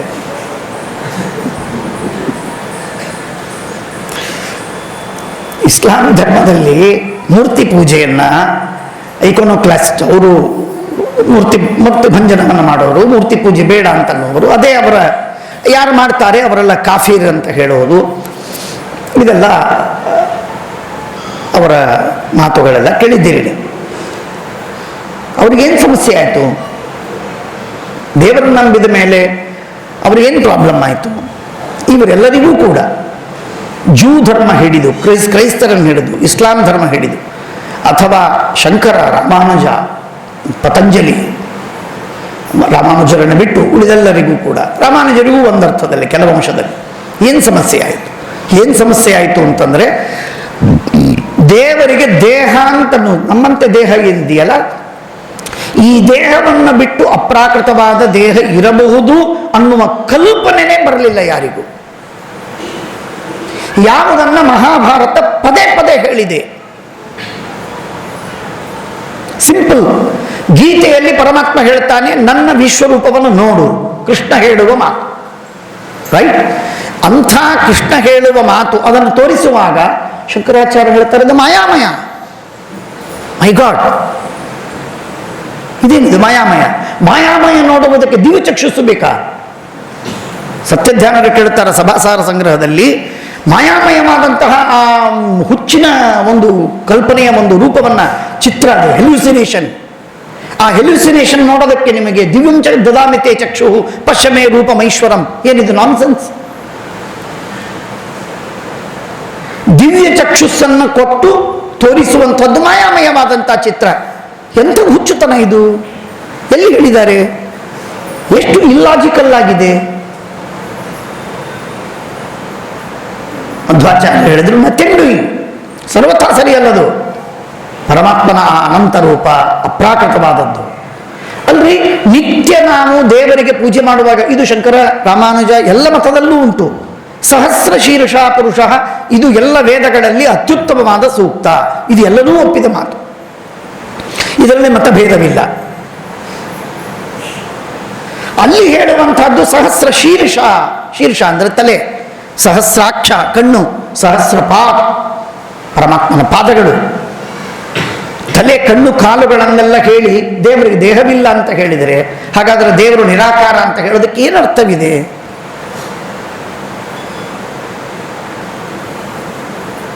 ಹಾಗಾದರೆ ಸಮಸ್ಯೆ ಬಂತು. ಇಸ್ಲಾಂ ಧರ್ಮ ನಮಗೆ ಪ್ರಶ್ನೆಯನ್ನು ಕೇಳ್ತದೆ. ದಯಾನಂದರು ಈ ಸಮಸ್ಯೆಗೆ ಉತ್ತರವನ್ನು ಕೊಡ್ಲಿಕ್ಕಾಗದೆ ತತ್ತರಿಸಿ ಹೋಗಿದ್ದಾರೆ. ಸತ್ಯಾರ್ಥ ಪ್ರಕಾಶದಲ್ಲಿ ತಮಗೆ ದೇವರಿಗೆ ರೂಪವಿದೆ, ಪ್ರತಿಭೆ ಇದೆ ಅಂತ ಒಪ್ಪಲಿಕ್ಕಾಗಲಿಲ್ಲ ಅವರಿಗೆ. ಇಸ್ಲಾಂ ಧರ್ಮದ ಪ್ರಭಾವಕ್ಕೆ ಒಳಗಾಗಿ ವೇದ ಸಿದ್ಧಾಂತವನ್ನು ಡಿಫೆಂಡ್ ಮಾಡಲಿಕ್ಕಾಗದೇನೆ ಸಕಮ್ಮಾಗಿ ಅವರು ಹೇಳಿದ ಮಾತನ್ನು ಒಪ್ಪಿಕೊಂಡ್ರು. ಹಾಗಾಗಿ ದಯಾನಂದರ ಸಿದ್ಧಾಂತ ಆರ್ಯ ಸಮಾಜದಲ್ಲಿ ದೇವರಿಗೆ ರೂಪವಿಲ್ಲ, ಪ್ರತಿಮೆ ಇಲ್ಲ, ಆಕಾರವಿಲ್ಲ. ಯಾಕೆ ಅಂತ ಕೇಳಿದರೆ, ಆಕಾರವಿದೆ ಅಂತಾದರೆ ಅಗೇನ್ ನಮ್ಮಂತೆ ಮಾಂಸ, ಖಂಡ, ಎಲುಬು ಇವುಗಳೆಲ್ಲ ಬರುತ್ತೆ, ಲಿಮಿಟೇಷನ್ ಬರ್ತದೆ, ಅನಂತವಾಗಿರ್ಲಿಕ್ಕೆ ಸಾಧ್ಯವಿಲ್ಲ, ಸತ್ತೋಗತ್ತೆ, ರೋಗಗಳು ಬರುತ್ತೆ. ಇಸ್ಲಾಂ ಧರ್ಮದಲ್ಲಿ ಪ್ರಶ್ನೆ ಕೇಳಿದಾನ, ನಾನು ರೆಫರೆನ್ಸ್ ಕೊಡ್ತೀನಿ. ಅವನು ಪ್ರಶ್ನೆ ಏನು ಕೇಳ್ತಾನೆ, ಅವನಿಗೆ ದೇವರಿಗೆ ದೇಹವಿದೆ ಅಂತ ಹೇಳಿದರೆ ಯಾರಿಗೆ ದೇಹ ಇದೆ ಅಂತ ಅಂತಾರಲ್ಲ ಅವರು ಉತ್ತರವನ್ನು ಕೊಡಬೇಕು. ದೇವರಿಗೆ ದೇಹವಿದ್ರೆ ಅವನ ಸತ್ತೋಗೋದಿಲ್ಲ, ರೋಗ ಬರುವುದಿಲ್ಲ, ಅವರಿಗೆ ಹುಟ್ಟು ಸಾವುಗಳು ಬರುವುದಿಲ್ಲ, ಲಿಮಿಟೇಷನ್ ಬರುವುದಿಲ್ಲ. ಆದ್ದರಿಂದ ಸರ್ವಥಾ ದೇವರಿಗೆ ದೊಡ್ಡ ಅಪಚಾರವನ್ನು ಮಾಡ್ತಾ ಇದ್ದಾರೆ ಅವರು. ಆದ್ದರಿಂದ ಅದನ್ನು ಒಪ್ಲಿಕ್ಕಾಗುವುದಿಲ್ಲ.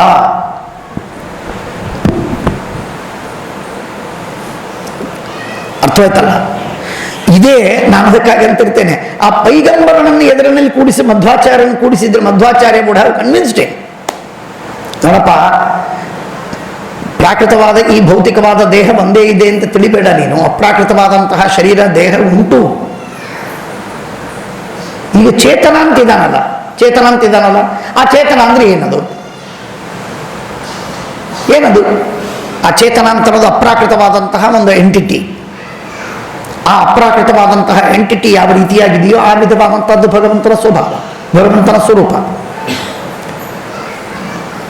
ಆದ್ದರಿಂದ ಪರಮಾತ್ಮನಿಗೆ ಜನ್ಮ ಮರಣಗಳಿಲ್ಲದಂತಹ, ಬಹಳ ವಿಚಿತ್ರವಾದ ಜನ್ಮ ಮರಣಗಳಿಲ್ಲದಂತಹ ದೇಹವಿದೆ. ದೇಹ ಅಂದರೆ ನೆಸೆಸರಿಲಿ ಹುಟ್ಟಬೇಕು, ಸಾಯಬೇಕು, ರೋಗವಿರಬೇಕು, ಅಥವಾ ಇನ್ನನೇಕ ಲಿಮಿಟೇಷನ್ಗಳು ಬೇಕು ಅನ್ನುವುದು ಸರ್ವಥಾ ಭಾವಿಸಬೇಡಿ ಎಂದು ಹೇಳಿದ ಆಚಾರ್ಯರು, ಮೊಟ್ಟ ಮೊದಲಿಗರು, ಕೊಟ್ಟ ಕಡೆಯವರು ಮಧ್ವಾಚಾರ್ಯರು ಮಾತ್ರ, ಇನ್ಯಾರೂ ಹೇಳಿಲ್ಲ. ಈ ಮಾತನ್ನ ಏನು ಮಧ್ವಾಚಾರ್ಯರು ದೇವರಿಗೆ ಮೂಲ ರೂಪಿಯಾದ ಪರಮಾತ್ಮನಿಗೆ ಹೇಳಿದರು, ನಿರಾಕಾರ ಅಲ್ಲ, ಸಾಕಾರನಾಗಿದ್ದಾನೆ, ಬಹಳ ಸುಂದರನಾಗಿದ್ದಾನೆ, ಪರಮ ರಮಣೀಯನಾಗಿದ್ದಾನೆ, ಭಾರೀ ಚಲುವ ಪರಮಾತ್ಮ ಅಂತ ಮಾತನ್ನ ಹೇಳಿದರು. ಆ ಮಾತನ್ನ ಶ್ರೀಮದಾಚಾರ್ಯರು ಹೇಳಿದ ಮಾತು ರಾಮಾನುಜಾಚಾರ್ಯರು ಒಪ್ಪಿಕೊಂಡ್ರು. ಅಂದರೆ ಮೊದಲೇ ಅವರು ಒಪ್ಪಿಕೊಂಡ್ರು. ಆದರೆ ಆ ಮಾತನ್ನ ಅದನ್ನ ರಾಮ, ಕೃಷ್ಣ, ನರಸಿಂಹ, ವೇದವ್ಯಾಸ, ಹಯಗ್ರೀವ, ಕಪಿಲ, ಮತ್ಸ್ಯ, ಕೂರ್ಮ ಇತ್ಯಾದಿ ಅವತಾರಗಳಿಗೆ ಆ ನಿಯಮವನ್ನು ಅಪ್ಲೈ ಮಾಡಲಿಕ್ಕೆ ಹೀ ಫೇಲ್ಡ್.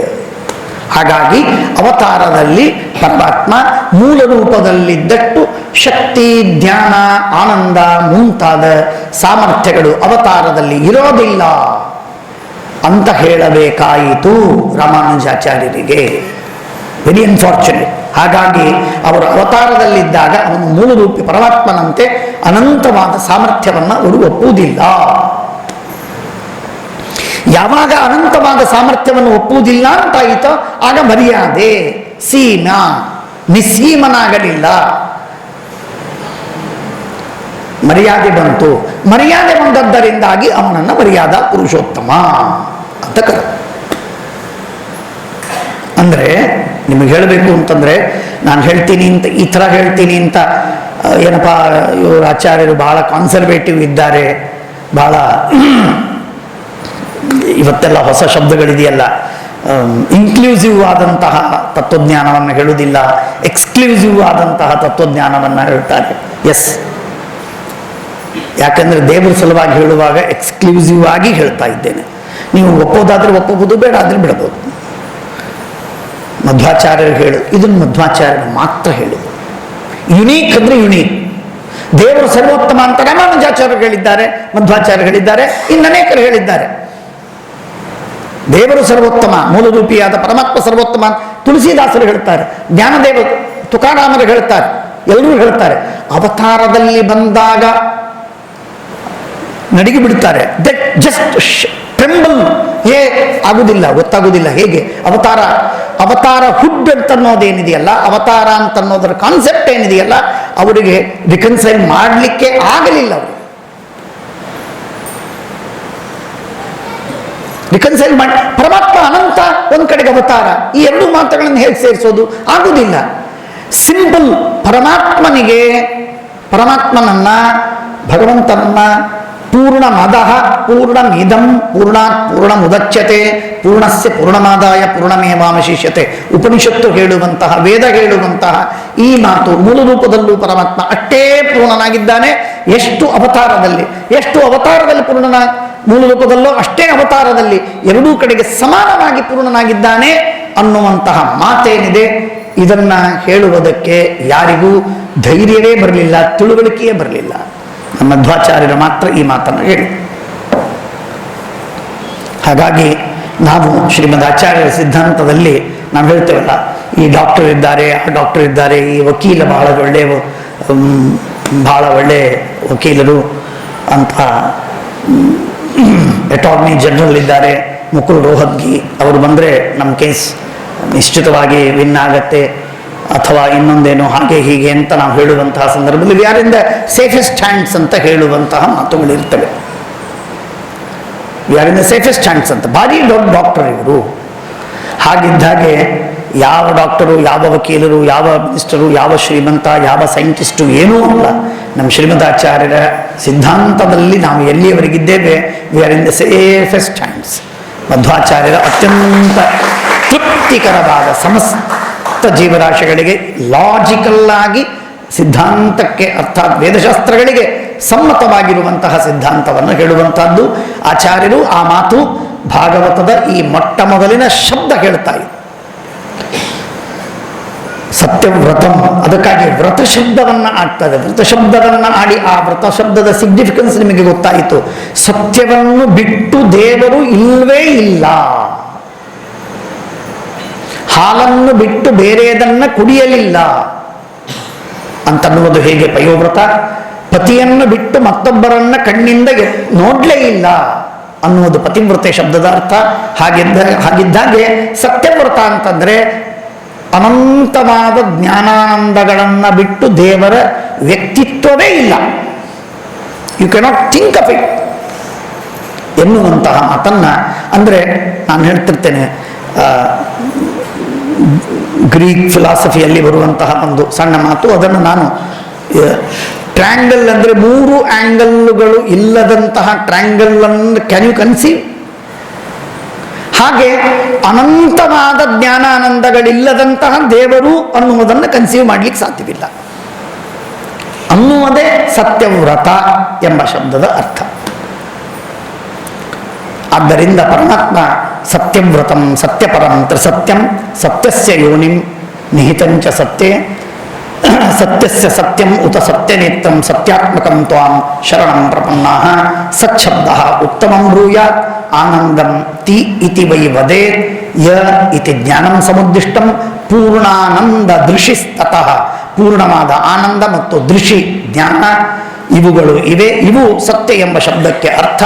ತಾದೃಗ್ ರೂಪಂ, ರೂಪಂ ಅಂದರೆ ದೇಹ, ತಾದೃಗ್ ರೂಪಂ ಯಥೋ ನಿತ್ಯಂ, ತಾದೃಗ್ ರೂಪಂ ನಿತ್ಯಂ ಯಥೋ ಹರೇಹೇ ಸತ್ಯವ್ರತಸ್ತೋ ವಿಷ್ಣು. ಈ ವಿಧವಾದಂತಹ ದೇಹವನ್ನು ಪಡೆದ, ಸ್ವರೂಪವನ್ನು ಪಡೆದವನು ಪರಮಾತ್ಮ. ಪರಮಾತ್ಮನಲ್ಲಿ ಅನೇಕರು ತಿಳಿದಿದ್ದಾರೆ, ತಪ್ಪು ತಿಳಿದಿದ್ದಾರೆ. ನಮ್ಮ ಪರಂಪರೆಯಲ್ಲಿ ಬಂದಂತಹ ಜನರಿಗೂ ಕೆಲವರಿಗೆ ಸ್ಪಷ್ಟೀಕರಣ ಇಲ್ಲ ಅಂತನ್ನಿ ತಪ್ಪು ತಿಳಿದಿದ್ದಾರೆ ಅಂತನ್ನುವುದರ ಬದಲಾಗಿ, ಅಂದರೆ ದೇವರಿಗೆ ಮಾಂಸ ಇಲ್ಲ ಅಂತ ತಿಳ್ಕೊಂಡಿದ್ದಾರೆ. ಅಂದರೆ ಈಗ ಒಂದು ಪ್ರತಿಮೆ ಇದೆಯಲ್ಲ, ಕೃಷ್ಣನ ಪ್ರತಿಮೆ, ವೆಂಕಟೇಶ್ ದೇವರ ಪ್ರತಿಮೆ, ವಿಠ್ಠಲನ ಪ್ರತಿಮೆ, ಅದೆಲ್ಲ ಪೂರ್ಣ ಕಲ್ಲು, ಒಂದೇ ಕಲ್ಲು, ಒಳಗೆ ಹೊರಗೆ ಎಲ್ಲ ಕಡೆಗೆ ಕಲ್ಲು. ಹಾಗಿದ್ದಾಗೆ ದೇವರು ಅಂತ ತಿಳಿದಿದ್ದಾರೆ. ಹಾಗೆಲ್ಲ ಇಲ್ಲ. ಪರಮಾತ್ಮನಿಗೆ ಮಾಂಸ ಇದೆ, ಪರಮಾತ್ಮನಿಗೆ ಅಸ್ಥಿ ಇದೆ, ಪರಮಾತ್ಮನಿಗೆ ರಕ್ತ ಇದೆ, ಪರಮಾತ್ಮನಿಗೆ ಧಮನಿಗಳಿವೆ, ಪರಮಾತ್ಮನಿಗೆ ಕೂದಲಿದೆ, ಪರಮಾತ್ಮನಿಗೆ ಕಣ್ಣಿದೆ, ಪರಮಾತ್ಮನಿಗೆ ಒಳಗಿದೆ, ಪರಮಾತ್ಮನಿಗೆ ಹೊರಗಿದೆ, ಎಲ್ಲ ಇದೆ. ಪರಮಾತ್ಮ ಕಲ್ಲಿನಂತೆ ಒಂದು ಏನೂ ಇಲ್ಲದಂತ ಹೊರಗಟ್ಟೆ ಚಿತ್ರ ಅಂತ ತಿಳಿಬೇಡಿ. ಹಾಗಾದರೆ ಮಾಂಸ ಇದೆ, ಮಾಂಸ ಇಲ್ಲ ಅಂತ ಹೇಳಿದ್ರಿ, ಮತ್ತೆ ಬರೀ ಜ್ಞಾನಾನಂದಗಳೇ ಇದೆ ಅಂತ ಹೇಳಿದ್ರಿ, ಮಾಂಸ ಇಲ್ಲ ಅಂತ ಹೇಳಿದ್ರಿ. ಆ ಮಾಂಸವೇ ಜ್ಞಾನಾನಂದಮಯವಾದದ್ದು, ಆ ರಕ್ತವೇ ಜ್ಞಾನಾನಂದಮಯವಾದದ್ದು, ಆ ಭಗವಂತನ ಎಲುಬು ಅಸ್ಥಿಗಳು ಜ್ಞಾನಾನಂದಮಯ, ಪೂರ್ಣಾನಂದ ಅನಂತ ಜ್ಞಾನಾನಂದ ರೂಪ. ಆ ಎಲ್ಲ ಸಪ್ತ ಧಾತುಗಳೇನಿದೆಯಲ್ಲ ಆ ಎಲ್ಲವೂ ಜ್ಞಾನಾನಂದಮಯವಾದದ್ದು. ಇದು ಮಧ್ವಾಚಾರ್ಯರು ಹೇಳುವಂತ ಪರಮಾತ್ಮ. ಇದೊಂದು ಕಲ್ಲು ಪ್ರತಿಮೆ ಹೇಗಿದೆ ಹಾಗೆ ಪ್ರತಿಮೆ ಇದ್ದಂತೆ ಏನೂ ಇಲ್ಲದ ಬರೀ ಚೈತನ್ಯವಿದೆ ಅಂತಹ ಒಂದು ವಿಚಿತ್ರವಾದಂತಹದ್ದೊಂದು ಪ್ರತಿಮೆಯಂತೆ ಅಂತ ಹೀಗೆ ಭಗವಂತನ ಕಾನ್ಸೆಪ್ಟ್ ಕೊಟ್ಟಿಲ್ಲ ಆಚಾರ್ಯರು. ಪರಮಾತ್ಮನಿಗೆ ಎಲುಬಿದೆ, ಐತರೇಯದಲ್ಲಿ ನಾವೆಲ್ಲ ನೋಡ್ತೇವೆ, ಪರಮಾತ್ಮನ ಶ್ವಾಸೋಚ್ಛ್ವಾಸವಿದೆ, ಇನ್ನೇನು ಹೇಳಬೇಕು, ಪರಮಾತ್ಮನ ಶ್ವಾಸೋಚ್ಛ್ವಾಸವಿದೆ. ಕೇವಲ ನಾಟಕಕ್ಕಾಗಲ್ಲ, ಪರಮಾತ್ಮನ ಶ್ವಾಸೋಚ್ಛ್ವಾಸವಿದೆ.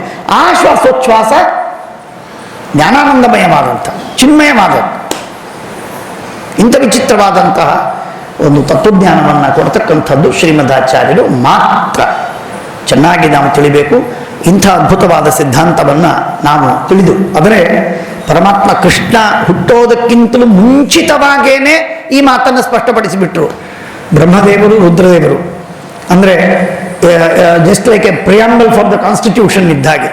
ಪರಮಾತ್ಮ ಇನ್ನೇನು ಕೃಷ್ಣಾವತಾರವನ್ನು ಮಾಡಿ ಸಮಗ್ರವಾಗಿ 106 ವರ್ಷಗಳವರೆಗೆ ಪರಮಾತ್ಮ ಮುಂದೆ ಅದ್ಭುತವಾದ ದಿವ್ಯ ಕಾರ್ಯಗಳನ್ನು ಮಾಡ್ತಾನೆ. ಆ ಮಾಡುವ ಕಾರ್ಯಕ್ಕೆ ಪರಮಾತ್ಮನ ಏನೊಂದು ದೇಹ ಬರುತ್ತೆ, ಆ ದೇಹ ಅಪ್ರಾಕೃತವಾದ ದೇಹ, ಜ್ಞಾನಾನಂದಮಯವಾದ ದೇಹ, ಅಂಥ ಅದ್ಭುತವಾದಂತಹ ಸ್ವತಂತ್ರವಾದ ಚಿನ್ಮಯವಾದ ಅನಂತ ಗುಣಾತ್ಮಕವಾದಂತಹ ದೇಹ ಎನ್ನುವಂತಹ ಮಾತನ್ನು ಹೇಳಿ ಪರಮಾತ್ಮ ಪ್ರಾಕೃತವಾದ ಭೌತಿಕವಾದ ನಮ್ಮ ನಿಮ್ಮಂತಹ ಶರೀರವನ್ನು ಪಡೆದವನಲ್ಲ. ಎಲ್ಲವೂ ಶ್ರೀಮದಾಚಾರ್ಯರ ಒಂದು ಸುಮಾರು ಸಾವಿರ ಸಿದ್ಧಾಂತಗಳ ತಾರತಂತಿಗಳು, ತಂತುಗಳೆಲ್ಲ ಒಂದಕ್ಕೊಂದು ಸಂಬಂಧಪಟ್ಟದ್ದು. ಅನ್ಯಭಾವವು ಯಾವೃತ್ತೇಶ್ಚ ಇತ್ಯಾದಿಯಾಗಿ ಹೇಳುವಂತಹ ಮಾತುಗಳನ್ನೆಲ್ಲ ನಾವು ತಿಳಿಬೇಕು. ಅಂತಹ ಅದ್ಭುತವಾದ ಬ್ರಹ್ಮನ, ಪರಮಾತ್ಮನ, ಕೃಷ್ಣನ ಸ್ವರೂಪವನ್ನು ತಿಳಿಸಿಕೊಟ್ಟು, ಪರಮಾತ್ಮನ ಅವತಾರವಾಗುವಾಗ ಪರಮಾತ್ಮ ಯಾವ ಚಿಕ್ಕ ರೂಪವನ್ನು ತಾಳಿರಬಹುದು, ಪರಮಾತ್ಮ ದೊಡ್ಡ ವಿಶಾಲವಾದ ದೇಹವನ್ನು ಪರಮಾತ್ಮ ತಾಳಿರಬಹುದು. ಆ ಎಲ್ಲ ರೂಪಗಳೂ ಕೂಡ ಅಪ್ರಾಕೃತವಾದ ಜ್ಞಾನಾನಂದಮಯವಾದ ದೇಹ ಅನ್ನುವಂತಹ ತತ್ವವನ್ನು ಆಚಾರ್ಯರು ತಿಳಿಸ್ತಾ ಇದ್ದಾರೆ. ಅಂತಹ ಭಗವಂತನ ಸ್ವರೂಪವನ್ನು ತಿಳಿದು ನೀವು ಇವತ್ತಿನಿಂದ ನೀವು ಮಾಡ್ತಾ ಇರ್ತೀರಿ. ಆದರೂ ವಿಶೇಷವಾಗಿ ಇನ್ನು ಶಾಲಿಗ್ರಾಮಕ್ಕೆ ಒಂದು ಪ್ರತಿಮೆಗೆ ಪೂಜೆ ಮಾಡ್ತಾ ಇರುವಾಗ, ತುಳಸಿಯ ನೇರಿಸುವಾಗ, ಮಂಗಳಾರತಿಯನ್ನು ಮಾಡುವಾಗ ಭಗವಂತ ಸತ್ಯವ್ರತನಾಗಿದ್ದಾನೆ. ಪರಮಾತ್ಮ ಅನಂತವಾದ ಜ್ಞಾನಾನಂದಗಳ ಸ್ವರೂಪವೇ ಭಗವಂತನ ದೇಹ ಅನ್ನುವ ತತ್ವವನ್ನು ಅತ್ಯಂತ ಸ್ಪಷ್ಟವಾಗಿ ಪ್ರತ್ಯೇಕವಾಗಿ ಸ್ಮರಣೆ ಮಾಡಿ ಆ ದೇವರ ಪೂಜೆ, ಅಭಿಷೇಕವೋ, ನೈವೇದ್ಯವೋ, ಅರ್ಚನೆಯೋ, ಆರತಿಯೋ ಎಲ್ಲ ಕಾಲಕ್ಕೂ ಆ ಭಗವಂತನಿಗೆ ಈಗ ಮಂಗಳಾರತಿ ಆದರೆ ಸಾಷ್ಟಾಂಗ ನಮಸ್ಕಾರ ಹಾಕುವಾಗ ಮೊಟ್ಟ ಮೊದಲು ಬರಬೇಕಾಗಿರುವಂತಹದ್ದು ಪರಮಾತ್ಮನ ಅನಂತ ಜ್ಞಾನಾನಂದ ಸ್ವರೂಪ ಪರಮಾತ್ಮ ಎನ್ನುವಂತಹ ಚಿಂತನೆಯೊಂದಿಗೆ ಪರಮಾತ್ಮನ ಆರಾಧನೆಯನ್ನು ಮಾಡುವಂತಹ ಮುಖ್ಯ ದೊಡ್ಡ ಭಾಗ್ಯ ಇದು. ಇಂಥ ಭಾಗ್ಯವನ್ನು ನಮಗೆ ಶ್ರೀಮದಾಚಾರ್ಯರು, ಎಲ್ಲ ದೇವತೆಗಳು, ಎಲ್ಲ ಗುರುಗಳು, ಸತ್ಯಾತ್ಮ ತೀರ್ಥರು, ನಮ್ಮ ಸ್ವರೂಪೋದ್ಧಾರಕ ಆಚಾರ್ಯರು ಕೊಡಲಿ. ಅವರ ಅನುಗ್ರಹದಿಂದ ನಮಗೆ ಈ ಜ್ಞಾನ ಬರಲಿ ಎಂಬುದಾಗಿ ಗುರುಗಳ ದ್ವಾರ ಪರಮಾತ್ಮನಲ್ಲಿ ಪ್ರಾರ್ಥನೆಯನ್ನು ಮಾಡೋಣ. ಶ್ರೀಕೃಷ್ಣ ಅರ್ಪಣಮಸ್ತು.